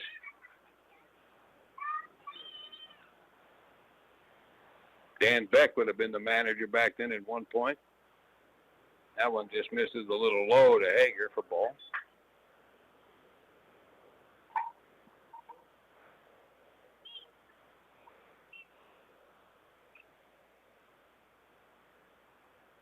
All right, 3-2 to Hager. No, that's right on the inside corner. Strike 3 call. That was a good pitch there, and there's 2 away.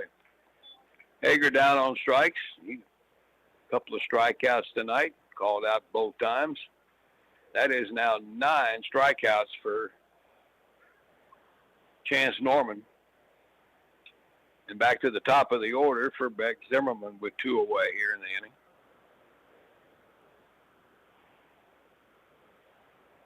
Curveball, and Zimmerman takes a big swing and fouls it off.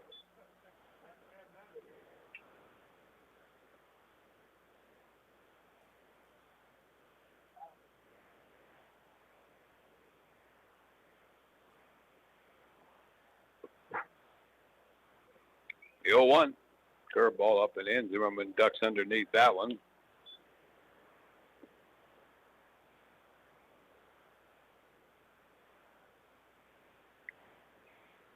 They played Zimmerman to the opposite field. Huge gap out in right center, and that one came up and in on his hands, and he just got a piece of it off the handle and fouled it all. That was, I think, more of a, I'm trying to get out of the way, and the bat still got a piece of that one. All right, 1-2 now to Beck Zimmerman. who's singled and struck out, takes one high there, and it's 2-2.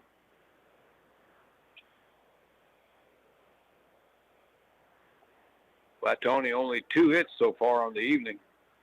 And there's a swing and a miss by Zimmerman, something off speed, and that is strike 3. And now 10 strikeouts for Chance Norman. As he gets the side in order here in the 5th inning, and we are halfway through this semifinal matchup. It's all Serbin so far. They lead 5-0 over Flatonia.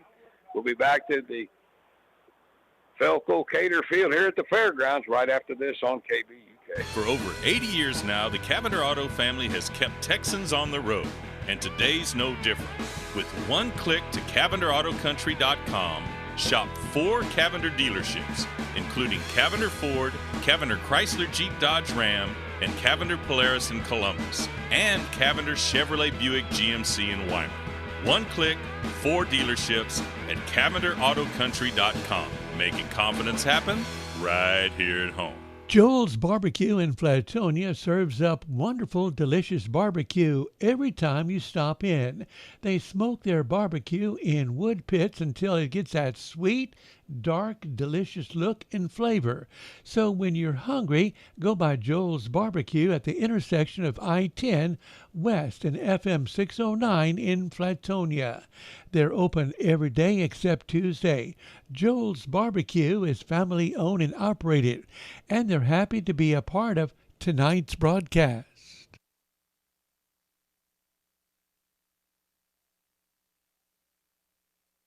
I think that's true. This game, talking about, could have been played at the Serbin ball field today.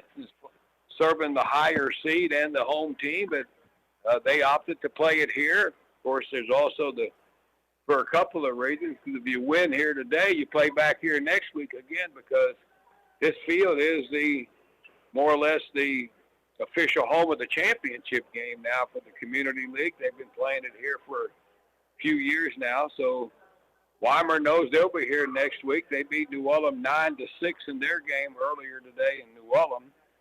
So they await the winner of this one, and right now Serbin has a 5-0 lead, and it'll be Chase Oatman starting it for the Jackrabbits. And he lines one right at Earl Jones, or the big hopper to Jones, rather, and the throw to first base, and they didn't get him. Either my eyes are going bad, but that ball must have bounced right off the bat. And but Jones went to his left, and then the throw was just late. Pretty hard hit ball by Oatman, but he beats it out for his second hit.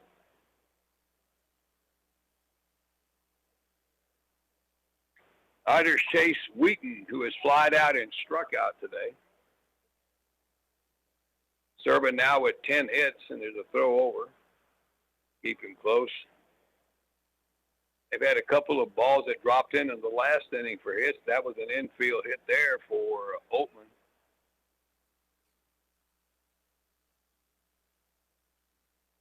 Off-speed pitch to Wheaton is outside for ball. 1-0. He's 0 for 2 today. Pitch from Zimmerman. There's a swing and a pop-up outside of first and foul territory. Sean Moshek drifting toward the dugout, and he overran it and landed behind him. Now, I may give him a little leeway. The sun is in a very bad spot right now, and that might have been a problem there for him. So, new life for Chase Wheaton, still at the plate.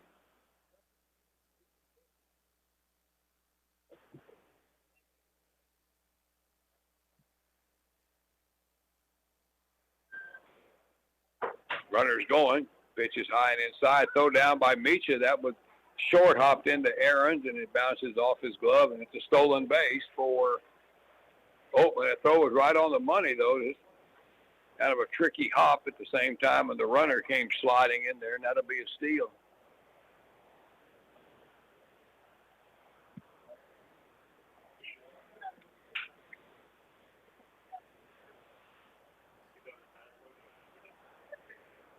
All right, Zimmerman stretching, checks the runner at second. And the pitch, swinging a ball, popped up, foul, and the bat went flying toward the third base dugout. by Wheaton. That boy will bring it back to him and have a baseball for the umpire. Thought he had a baseball for the umpires. There he goes. Young man in the Serbin dugout been running foul balls down all afternoon.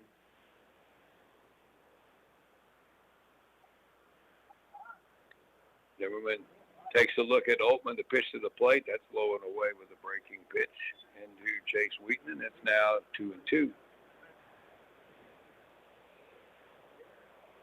Jackrabbits with 1 in the first, 2 in the third, 2 in the fourth. They lead 5-0. That one bounces in. That'll be ball 4, and Wheaton is on for the first time today.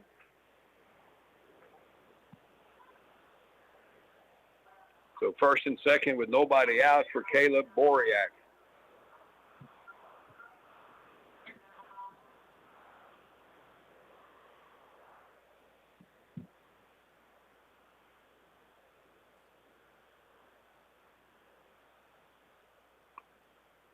It's a little outside, maybe up a little bit into Boriak for ball.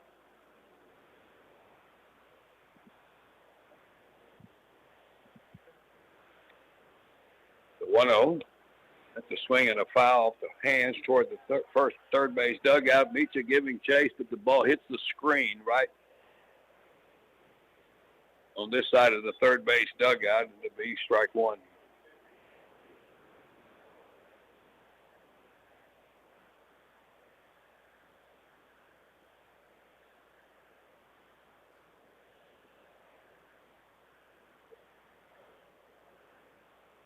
Two on, nobody out for the Jackrabbits here in the bottom of the 5th.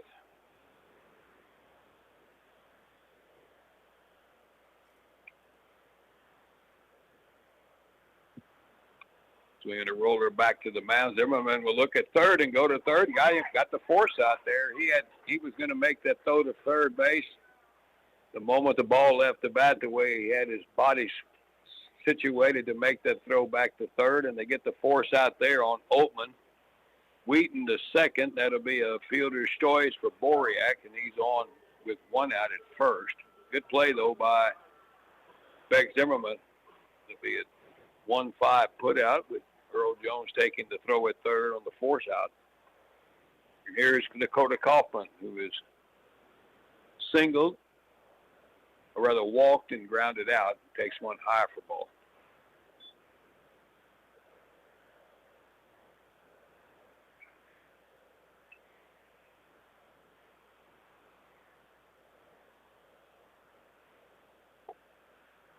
A little bit low for ball. Fastball, and it's 2-0.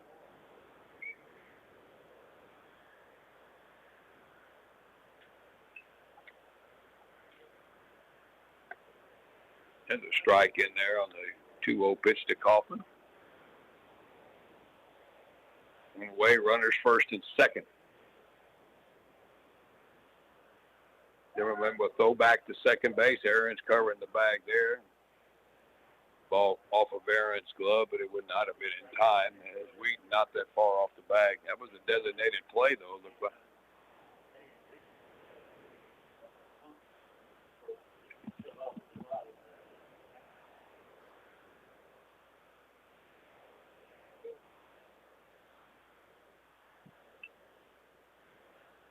Two-one pitch. Grounder towards short.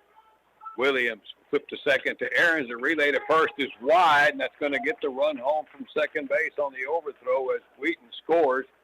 And down to second base goes Kaufman on the E4 on the relay, and they may have had a shot at that double play if that throw is on target.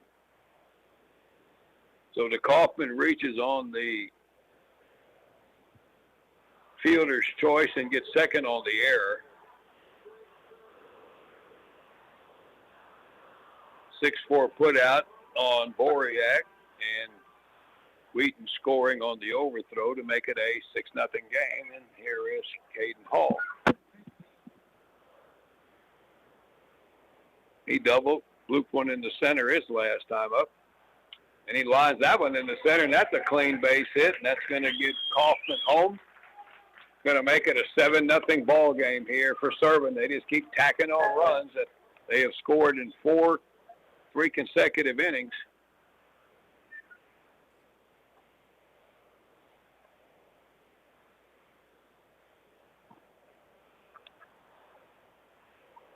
They have 11 hits today over Zimmerman. And here is Ty Casper, the number 9 man, who had an RBI single hit last time up.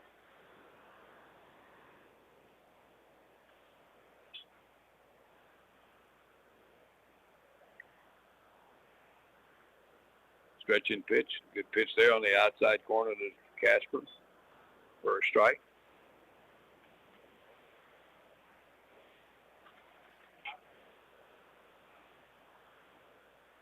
Swing and a miss. Another pitch that was on that low outside edge, and Casper comes up empty there, down 0-2 with Hall at first.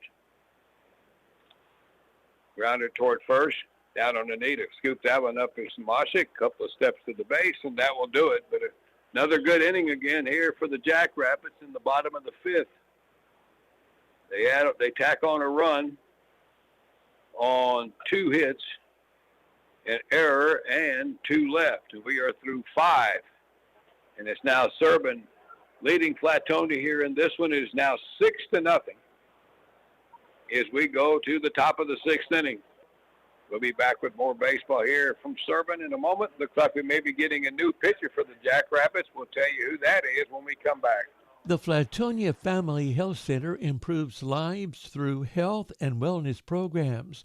The clinic offers quality care and programs in a professional, convenient, and cost-effective and accessible manner. Telehealth and in-person appointments are available. To make an appointment, call 361-865-3302. The clinic is located at 230 West North Main in Flatonia. Looking for some good home-style cooking? You got to visit Jamie's Cafe at the Flatonia Livestock Auction Barn on Highway 90, just east of Flatonia. Jamie's Cafe voted Best Burger 3 times, along with Best Homestyle Cooking and Best Hole-in-the-Wall Cafe. They're open Mondays 9 to 6 and on Thursday and Friday from 11 to 2. Call your order in at 361-772-3307. You can also follow Jamie's on Facebook. All right, welcome back to the Fairgrounds Ballpark, Belco Cater Field. We're going to the top half of the 6th inning in a 6-0 lead, and the new pitcher, a right-hander, now in for the Jackrabbits, Wyatt Wick. Right-hander gets it up there in pretty good shape. He is taken over here for Norman, who had a really good day. 5 innings, no runs on 2 hits, and he struck out 10.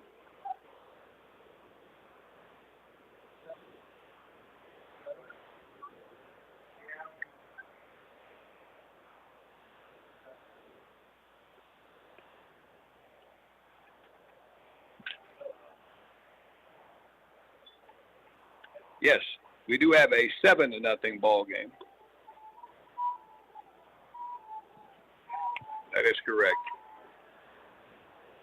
As Caden Hall's base hit got Kaufman home a while ago, so it was a 2-run inning in the 5th inning for Serbin. 2 runs on a total of 2 hits. So it's 7-0 going to the top of the 6th. And again, the new pitcher here is Wyatt Wick.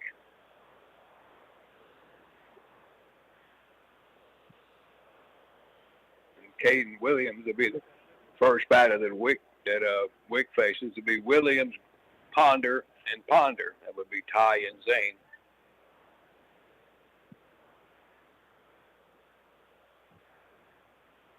And Wick's first pitch here, swinging a ball sliced opposite way past the third base dugout, right in on Williams' hands. A little bit late on the swing, and it's 1 strike.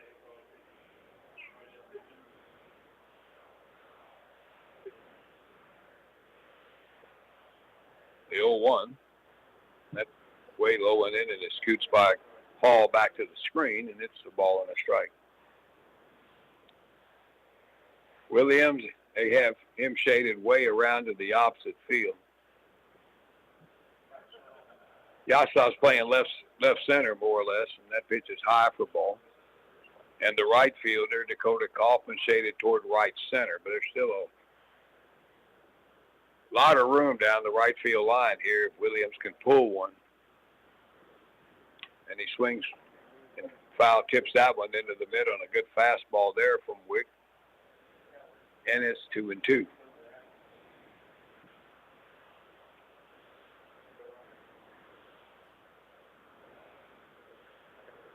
Two. Just misses down low for ball, and that'll fill up the count.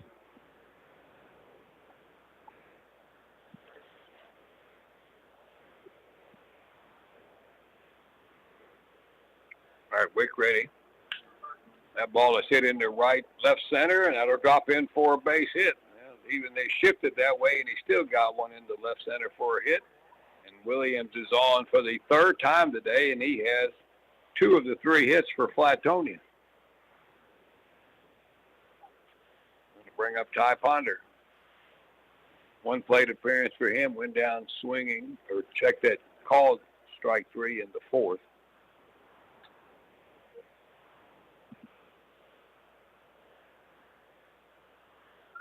He swings late at a fastball that was off the outside half of the plate for strike 1.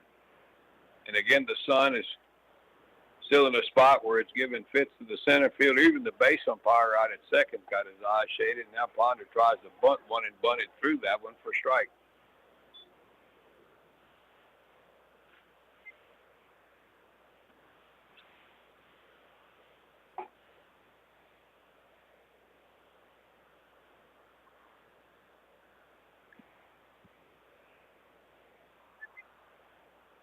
Not a big lead at first by Williams. Stretch from Wick, and that pitch is inside corner at the knees. Call strike 3.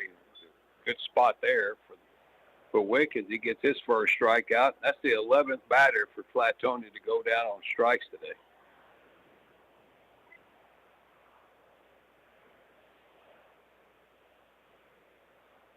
Here's Zane Ponder, who went down on strikes twice to Norman, now faces Wick.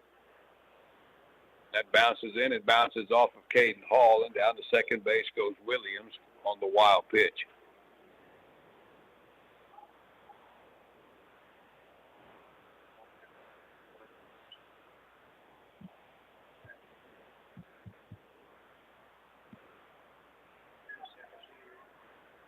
No, I'll wait till later.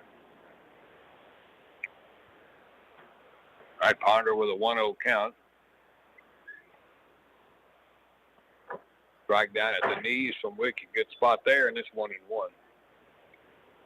And Weimar won earlier today, beat New Ulm 9-6, so they get the winner of this one next Sunday back here in LaGrange in the championship game. Swing and a miss by Ponder. Chase one down around the knees there, and it's the ball and 2 strikes. Wick throws a little harder than Norman did. He's also a right-handed pitcher.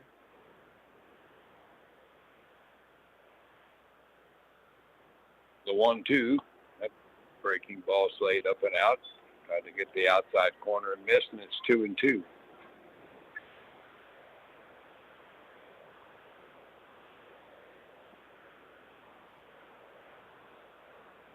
Two pitches, a grounder foul up the first base side. As Ponder stays in there. Sean Moshik is on deck.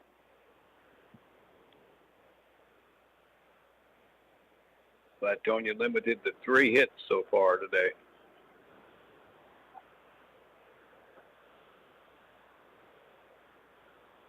Two and two. Another one lifted out of play, foul by Ponder.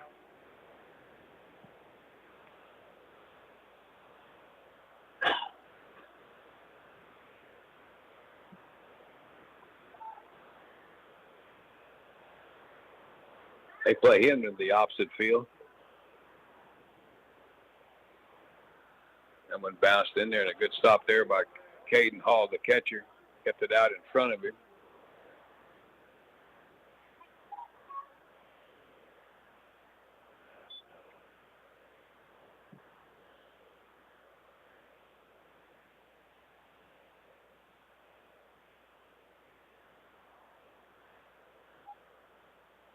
3-2 pitch, inside corner call, strike three, and Ponder looks in disbelief on that one at the belt, and there's 2 away.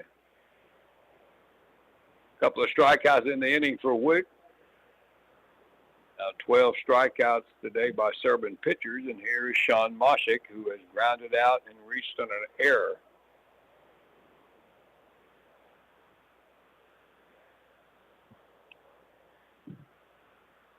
And he swings late at a fastball off the outside corner for a strike.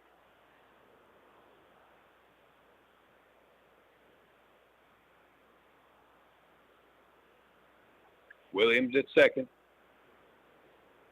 Moshik chokes up a little bit and swings again at a pitch that was up and away on the fastball, and it's 0-2.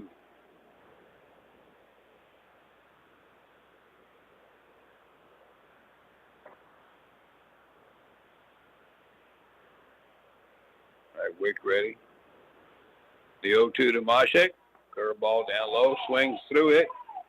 Pops away from Paul. They'll have to fire to first. A high throw, and that takes Becker off the bag, and Moshik reaches. As that's going on, Williams goes to third. So Flatonia gets a break there.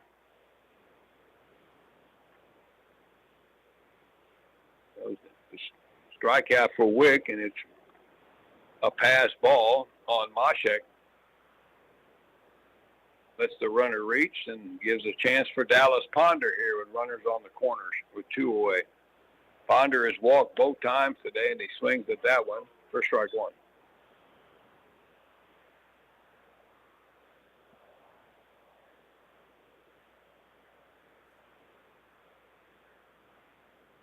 The 0-1. It's right in there for a call strike, and it's 0-2, just like that.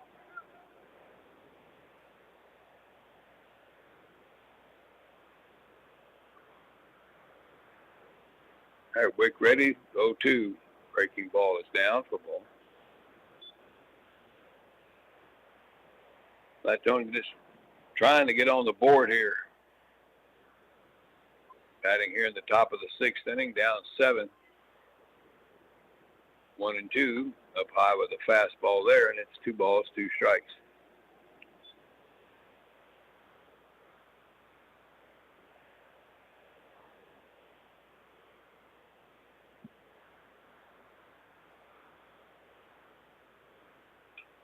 Two and two.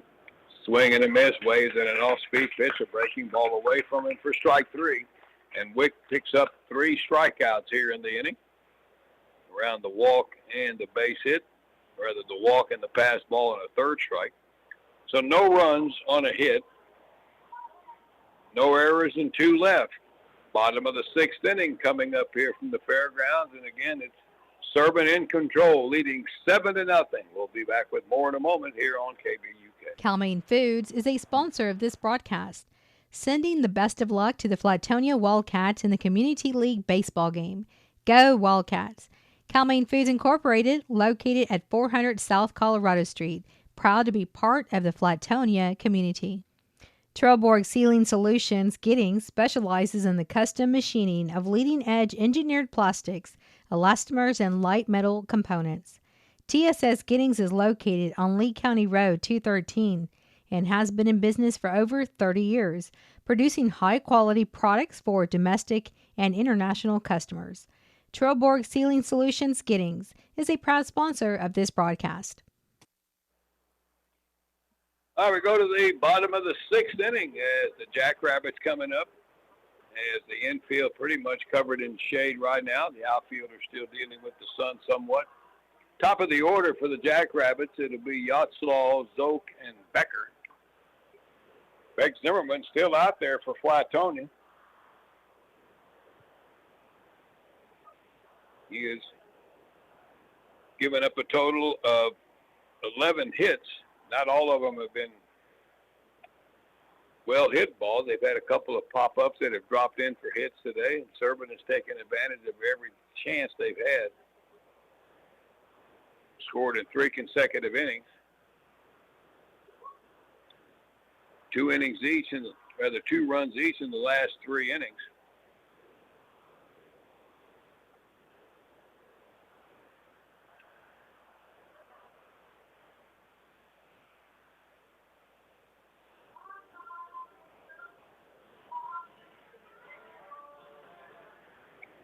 All right, here's Holden Yachtslaw, the leadoff man. Double, ground ball, and a fly ball for him today.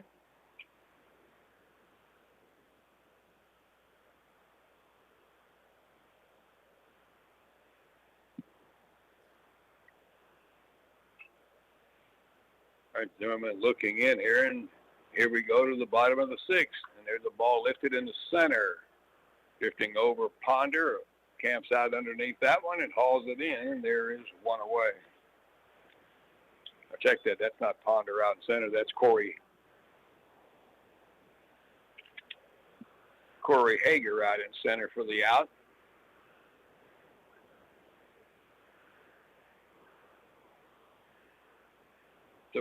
So one away here for Serbin in the sixth, and here comes Coulter Zoe, who has had 3 hits today.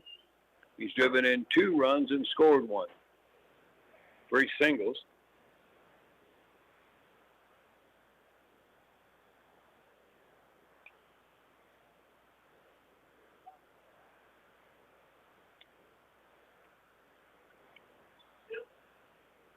First pitch into Coulter, misses for ball 1.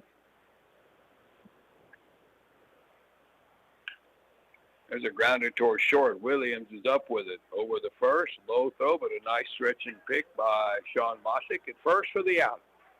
First time that Zoke has been retired. And there's 2 away. And here's Mason Becker. Drove in a run with a double in the 3rd inning. Around that, hit into a double play and struck out swinging.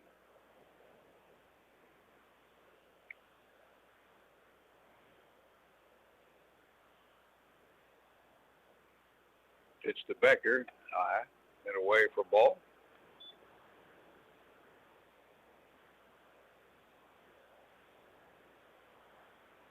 The 1-0 bounces in there for ball.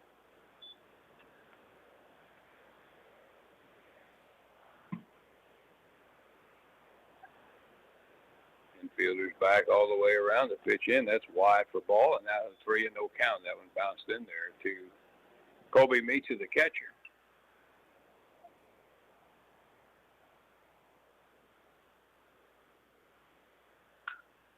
Becker hits one into center field. That'll be a base hit as Hager moves over to hauls it in, and Mason Becker with his 2nd hit of the day. That ball a little bit toward left center. And Serbin has still not gone down in order today. They've had base runners in every inning with that base hit by Becker. And here's Chase Oatman, who has struck out, doubled, and singled, has an RBI today. Zimmerman ready, and that pitch is inside for ball.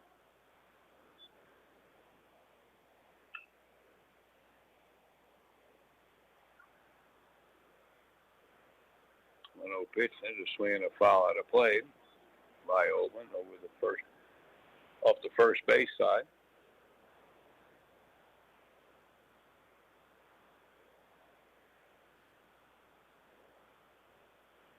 The 1-1. Breaking ball is up and in on him. Run Oldman around. And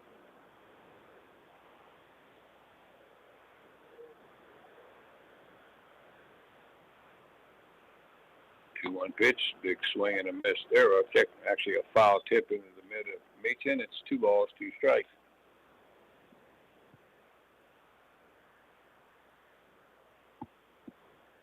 Two.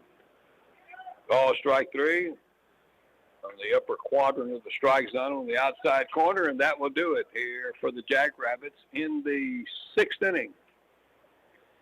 No runs a hit, no errors, a runner left. Through 6, it's still Jackrabbits with a 7-0 lead here over the Flatonia Wildcats. We'll be back to the Fairgrounds ballpark in a moment here on this Sunday night. It's coming up 8 o'clock, KVLG-KBUK LaGrange. Hello, farmers and ranchers. This is Ron Beck Jr. with Flatonia Livestock Commission Company. Sale every Monday starting at 11:30 a.m. We, the Ronnie Beck family, have been serving Fayette County and the surrounding area for over 40 years, and we take pride in serving you. Selling your livestock is our business. We receive livestock 7 days a week. Our receiving pen is conveniently located here in LaGrange by the River Bridge at the old LaGrange Livestock. Come by and see us. For all your hauling needs, call me at 361-772-4806 or Chris Bombach, 512-304-8688, or Charles Zapalak, 979-702-0311. We also have receiving pens in Ellinger and Bernardo. We would like to thank all our customers for your continued business. All right, we go to the seventh inning. It'll be the bottom third of the order for Flatonia. It'll be Aaron, Janetska, and Hager.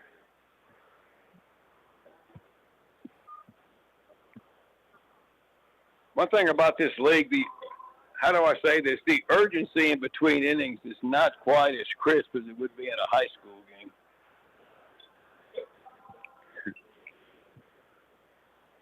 Not that that's a big deal.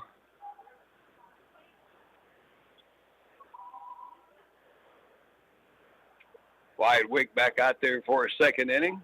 Pitched around a couple of base runners in the sixth inning, but also struck out the side. Red Aaron's will step in. He has gone down twice on strikes today. The two Serbin pitchers combining for 12 strikeouts, or make that 13 strikeouts now, as Norman had 10 in the first 5 innings. Pitch to Aaron's, his fastball is high for ball.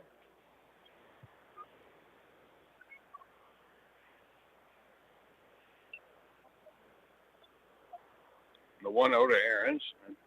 Strike at the knee. That would appear to be maybe a tad low. And it's 1-1.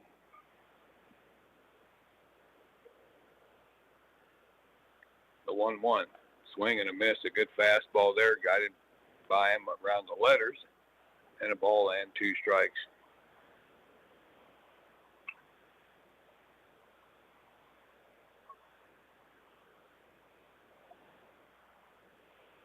The 1-2, that's wide with a fastball. We got some bullpen action for Flatonia. Up the first base side.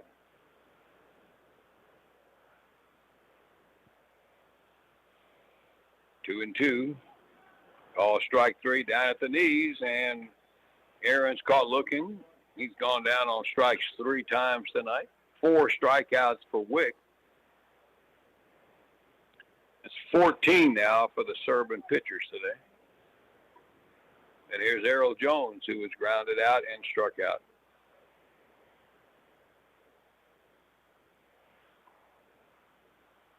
Wick ready to pitch to Jones, low and away for ball.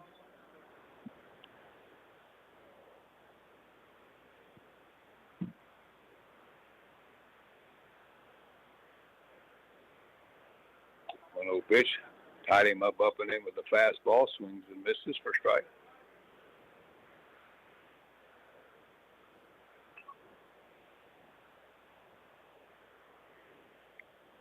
Went out and a body on. Jones will bounce one right off the mound on the first base side. Wick will grab that one, underhanded to Becker, and there's 2 away.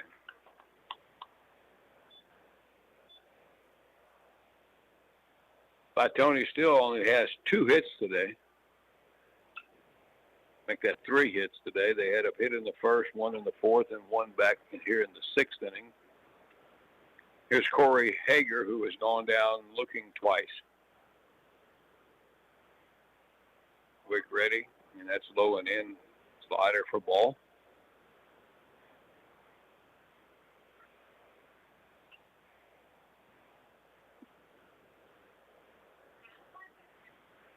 The 1-0, swinging a ball towards second. Zoe toward the bag, a long throw, flips it over to first, and that retires the side. Wide inning for Flatonia, retired in order on the ground ball to Coulter Zoe. A couple of scoreless innings in relief by Wyatt Wick. And we're going to the bottom of the 7th inning stretch time here at the ballpark in LaGrange. It's 7-0 for the Jackrabbits. We'll be back.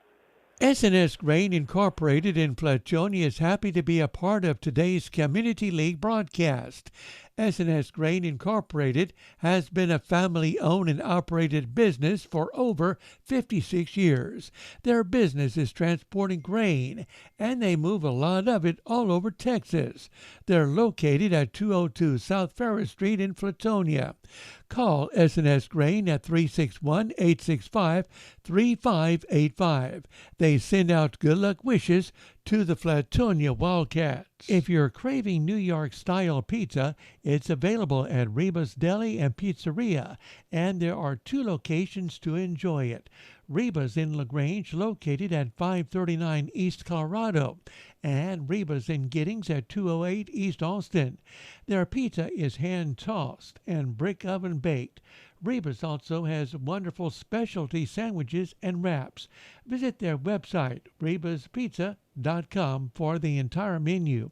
And you can also call in your order in LaGrange at 968-3100 and in Giddings at 542-4700.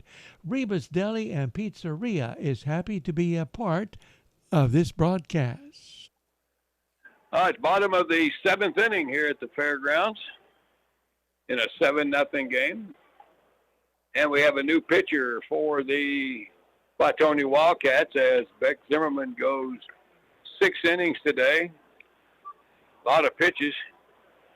Gave up all 7 runs, but he also, in addition to that, total of 12 hits. And on the pitch is Dallas Ponder,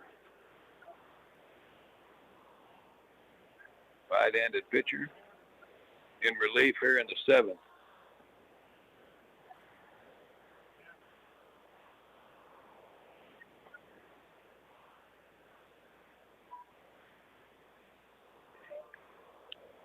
Through those first 6 innings today for Zimmerman, let's see here, struck out 1, 2, 3 strikeouts today.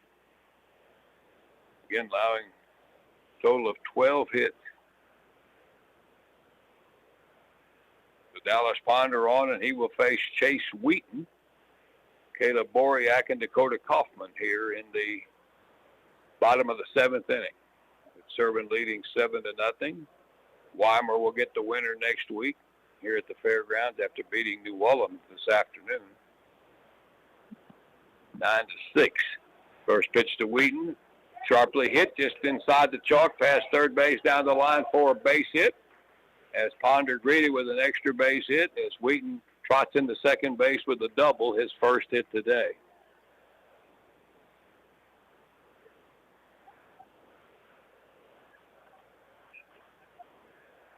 We'll bring up Caleb Boriak, who has singled, grounded out, and hit into a fielder's choice.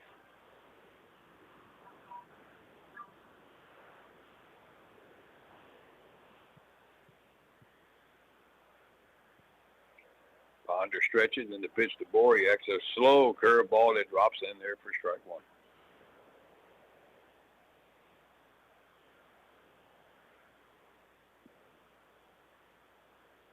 The 0-1, another breaking ball stayed inside, and it's 1 ball, 1 strike.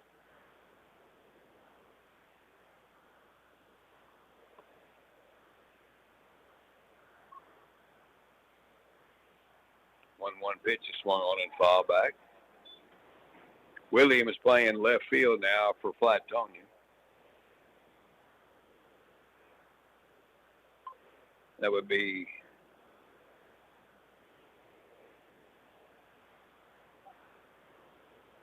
Rodney Williams, I believe. The numbers don't match, but I think that's right. There's a curveball. It's down low to Boriak.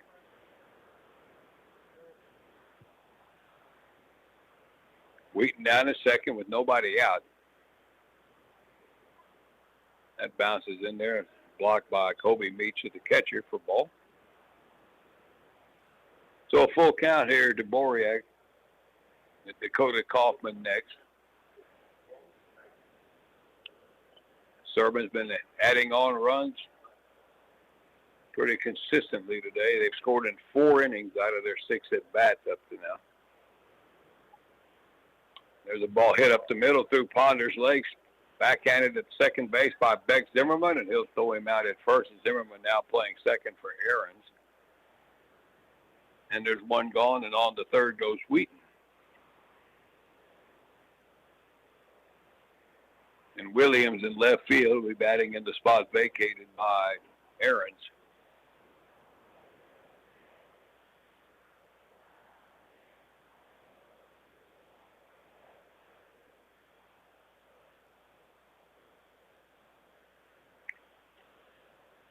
All right, with the runner at third, here's Dakota Kaufman. He takes one off the plate for a ball. Oh, check that. We got a pinch hitter here. This is Ryan Majewski batting here for Kaufman, left-handed batter.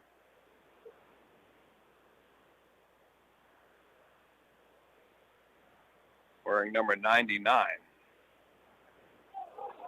That is a swing, and the bat went way down the right field line. I mean, we're talking about down the past first base and past the grass cut for the dirt.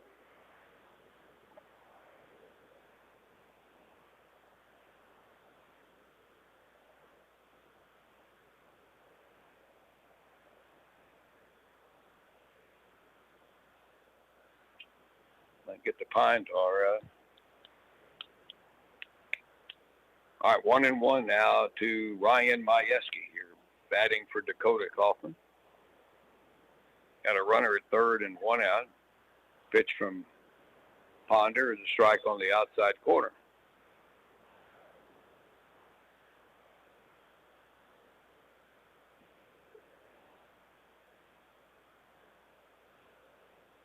The 1-2 going low and away for ball. So 2-2 to Majewski with Caden Hall, the catcher, on deck.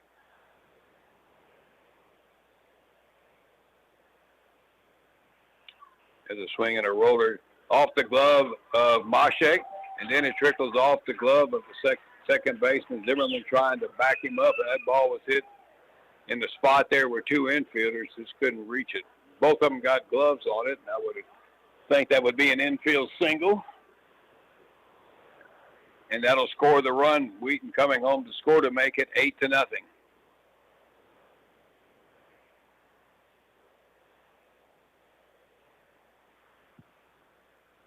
Oshik was moving to his right on that one, and it got a piece of it. And here is Caden Hall coming up to the plate now. He is first pitch he takes for ball one. 2 for 3 afternoon for Caden with a couple of hits, a single and a double, and a run batted in, and he scored once. Got Majewski at first with one out, and that one misses the inside corner from Ponder for ball two.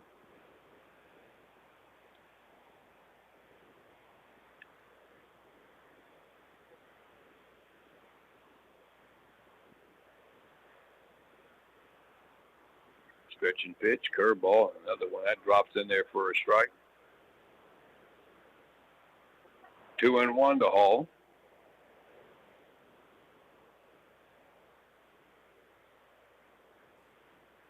Not a big lead by Majewski at first. Pitches a swing and a miss at another breaking pitch. That one was in the dirt. It's 2-2.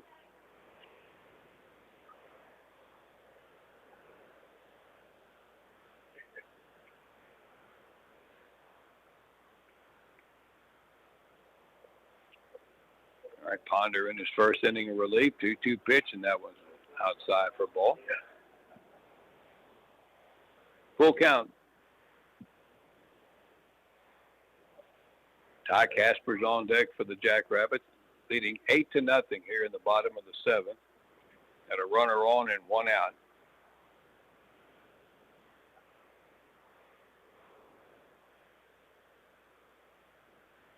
Ponder ready, breaking ball. That's low and in, and that's a walk for Caden Hall. And they've got 2 on and 1 out now. For Ty Casper, who was grounded out, singled and grounded out. Had a run batted in on the base hit, and he scored. Comes up here with 2 outs, or rather 2 on and 1 out.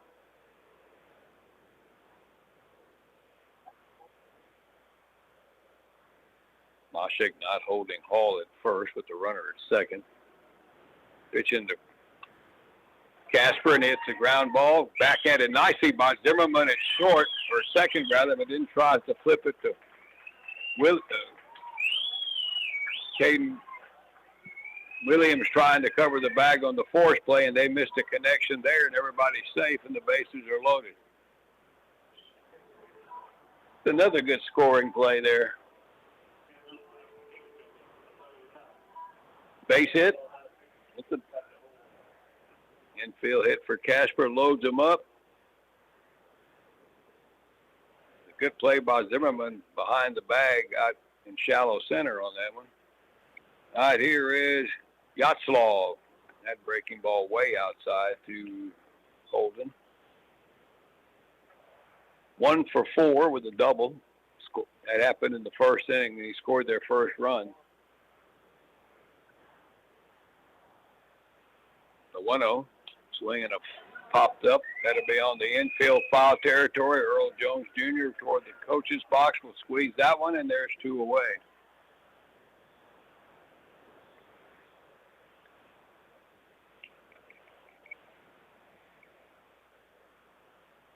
What do we got here? Now they're giving Casper first, second. Why are they moving him to second? The only thing that could have been called would have been base runner interference on Jones going after that ball.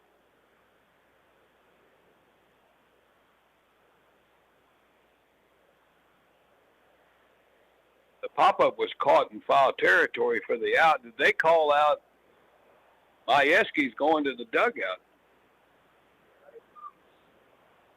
So did they call him out on that? I'm not, and this got to be, now the pop-up was caught in foul territory, even though I know that they bumped into each other when he made the play. Why would you call out the base runner there on that? Or is that a dead ball and they...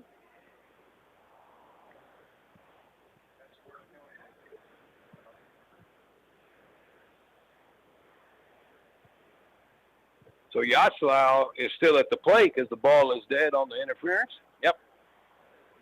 That's what they call. So Majewski called out at third on runner interference, and I think Flatonia wants an explanation as to what's going on. So the batter is not out because apparently the interference occurred before the out, but they still got the out. But once the interference occurs, the play's dead. So that pretty much supersedes everything that happens after that, right? Because you would think at some point, wouldn't you be able to... They get an out there, but the worst thing for Serbin is that takes that runner off of third.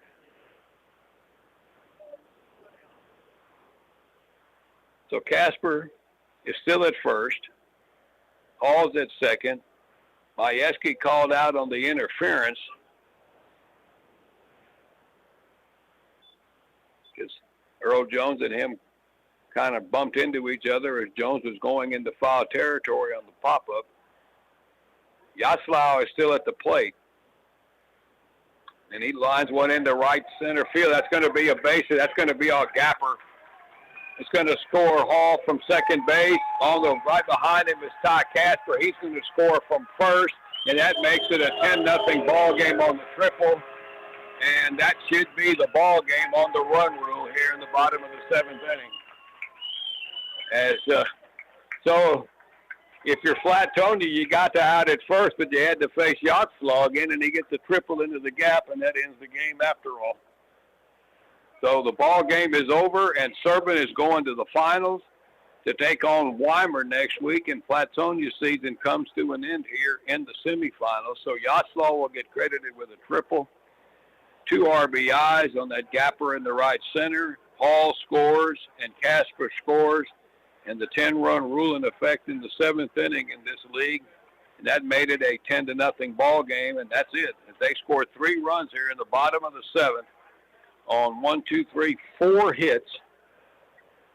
There were no errors and a runner left at third. And your final score in 7 innings, Serbin 10 and Flatonia nothing. And we'll be back here to kind of tell you what's going to happen next week when we return to the fairgrounds right after this. For over 60 years, a trusted name for high-caliber paving and seal coating work has been J&P Farick Paving in Flatonia. They're knowledgeable in road construction and maintenance, parking lots and driveways. They're also Better Business Bureau rated for concrete work. Give Kirby a call, 361-772-0054 for a free estimate. That's 361-772-0054. J&P Farick Paving wishes good luck to the Flatonia Wildcats in today's Community League game, and they're happy to be a part of the broadcast. Hi, this is Jody Wick with Cavender Chevrolet Buick GMC in Weimar. Did you know that we are not only a Mark of Excellence award-winning dealership in sales and service, but we also offer a complete collision auto paint and body shop? That's right. We work with all insurance companies, use only the best quality PPG paint, and our technicians have over 30 years of experience and are I-CAR certified. We work on both foreign and domestic cars and trucks, and we also specialize in aluminum repair. So come take advantage of all the great services we offer here at Cavender Collision Center in Weimar, making confidence happen right here at home. Joel's Barbecue in Flatonia serves up wonderful, delicious barbecue every time you stop in. They smoke their barbecue in wood pits until it gets that sweet, dark, delicious look and flavor. So when you're hungry, go by Joel's Barbecue at the intersection of I-10 West and FM 609 in Flatonia. They're open every day except Tuesday. Joel's Barbecue is family owned and operated, and they're happy to be a part of tonight's broadcast. The LaGrange Family Health Center is happy to announce that their new physician, Dr. Nathan Anderson, is now on board, and he is seeing patients in both the LaGrange and the Giddings Clinic. The LaGrange Clinic is located at 1253 North Von Minden Street and over in Giddings at 598 Cactus Street. To make an appointment, you can call 979-968-8493. Again, Dr. Nathan Anderson is now on board and is seeing patients at the LaGrange Family Health Center, their location in LaGrange and Giddings. Looking for some good home-style cooking? You got to visit Jamie's Cafe at the Flatonia Livestock Auction Barn on Highway 90 just east of Flatonia. Jamie's Cafe voted Best Burger 3 times, along with Best Homestyle Cooking and Best Hole-in-the-Wall Cafe. They're open Mondays 9 to 6 and on Thursday and Friday from 11 to 2. Call your order in at 361-772-3307. You can also follow Jamie's on Facebook. All right, welcome back to the Fairgrounds Ballpark. Congratulations to the Jackrabbits as they are going to be playing for another Community League championship next week against a foe, the Weimar Vets, who have been a part of those championship games on several occasions and winning it. So a good matchup coming up next Sunday. It'll be here at the Fairgrounds Ballpark. We don't know the start time. That's going to be a 3 o'clock game or a 6 o'clock game. But totals tonight, pretty steady, dominant performance, whatever you want to call it here for the Jackrabbits as they win this game 10-0 in 7 innings. Jackrabbits had 10 runs on 16 hits. They left 8 runners on base. Flatonia, no runs on 3 hits, leaving 6. The 2 Serbin pitchers today, Chance Norman and Wyatt Wick, pretty dominant. Norman going the first 5 innings, gave up 2 hits. Wick pitched the 6th and 7th inning, gave up 1 hit. And between the 2 of them, they struck out 14 batters today, 10 of them by Norman. So they pitched and they hit the ball well, and that comes up to a 10-0 win for Serbin. They're still unbeaten in the league, and they will go for the championship against Weimar next Sunday, who defeated the Newellum Firemen today by a score of 9-6 over in Newellum. And those Weimar and Serbin playing here next Sunday, and that'll be for the title. And like I say, I don't know if it's going to be a 3 o'clock game or a 6 o'clock game. I think a lot of fans kind of like that 6 o'clock time. I know the sun can be a little tough on the outfielders later in the evening, but yeah, they had a good crowd today, so we'll let you know that when that's going to happen next week. The Flatonia finished up the season with a 3-6 record, and again, Serbin undefeated going for the title next week now against the Weimar Vets. So We will let you know the start time for that, but it will be here at the Fairgrounds Ballpark. All right, we want to thank our sponsors today, Cal-Maine Foods, Trailboard Sealing Solutions of Giddings, the Flatonia Livestock Commission Company, First National Bank of Giddings, S&S Grain Incorporated, Reva's Pizzeria in Delhi, J&P Forest Paving, Cavender Auto Country, Joel's Barbecue, the LaGrange Family Health Center. Of course, they got clinics in both Flatonia, Weimar, and LaGrange, and Jamie's Cafe in Flatonia. Thank all those folks for being a part of it today. We thank you all for listening. A pretty solid, dominant performance today for the Serbin Jackrabbits as they win this semifinal game today by a score of 10-0 over the Flatonia Bulldogs. They'll play Weimar next Sunday for the championship here at the Fairgrounds Ballpark. All right, that'll wrap it up. For Mike Andrews, I'm Gary Dushek. Enjoy your evening, everybody, and good night.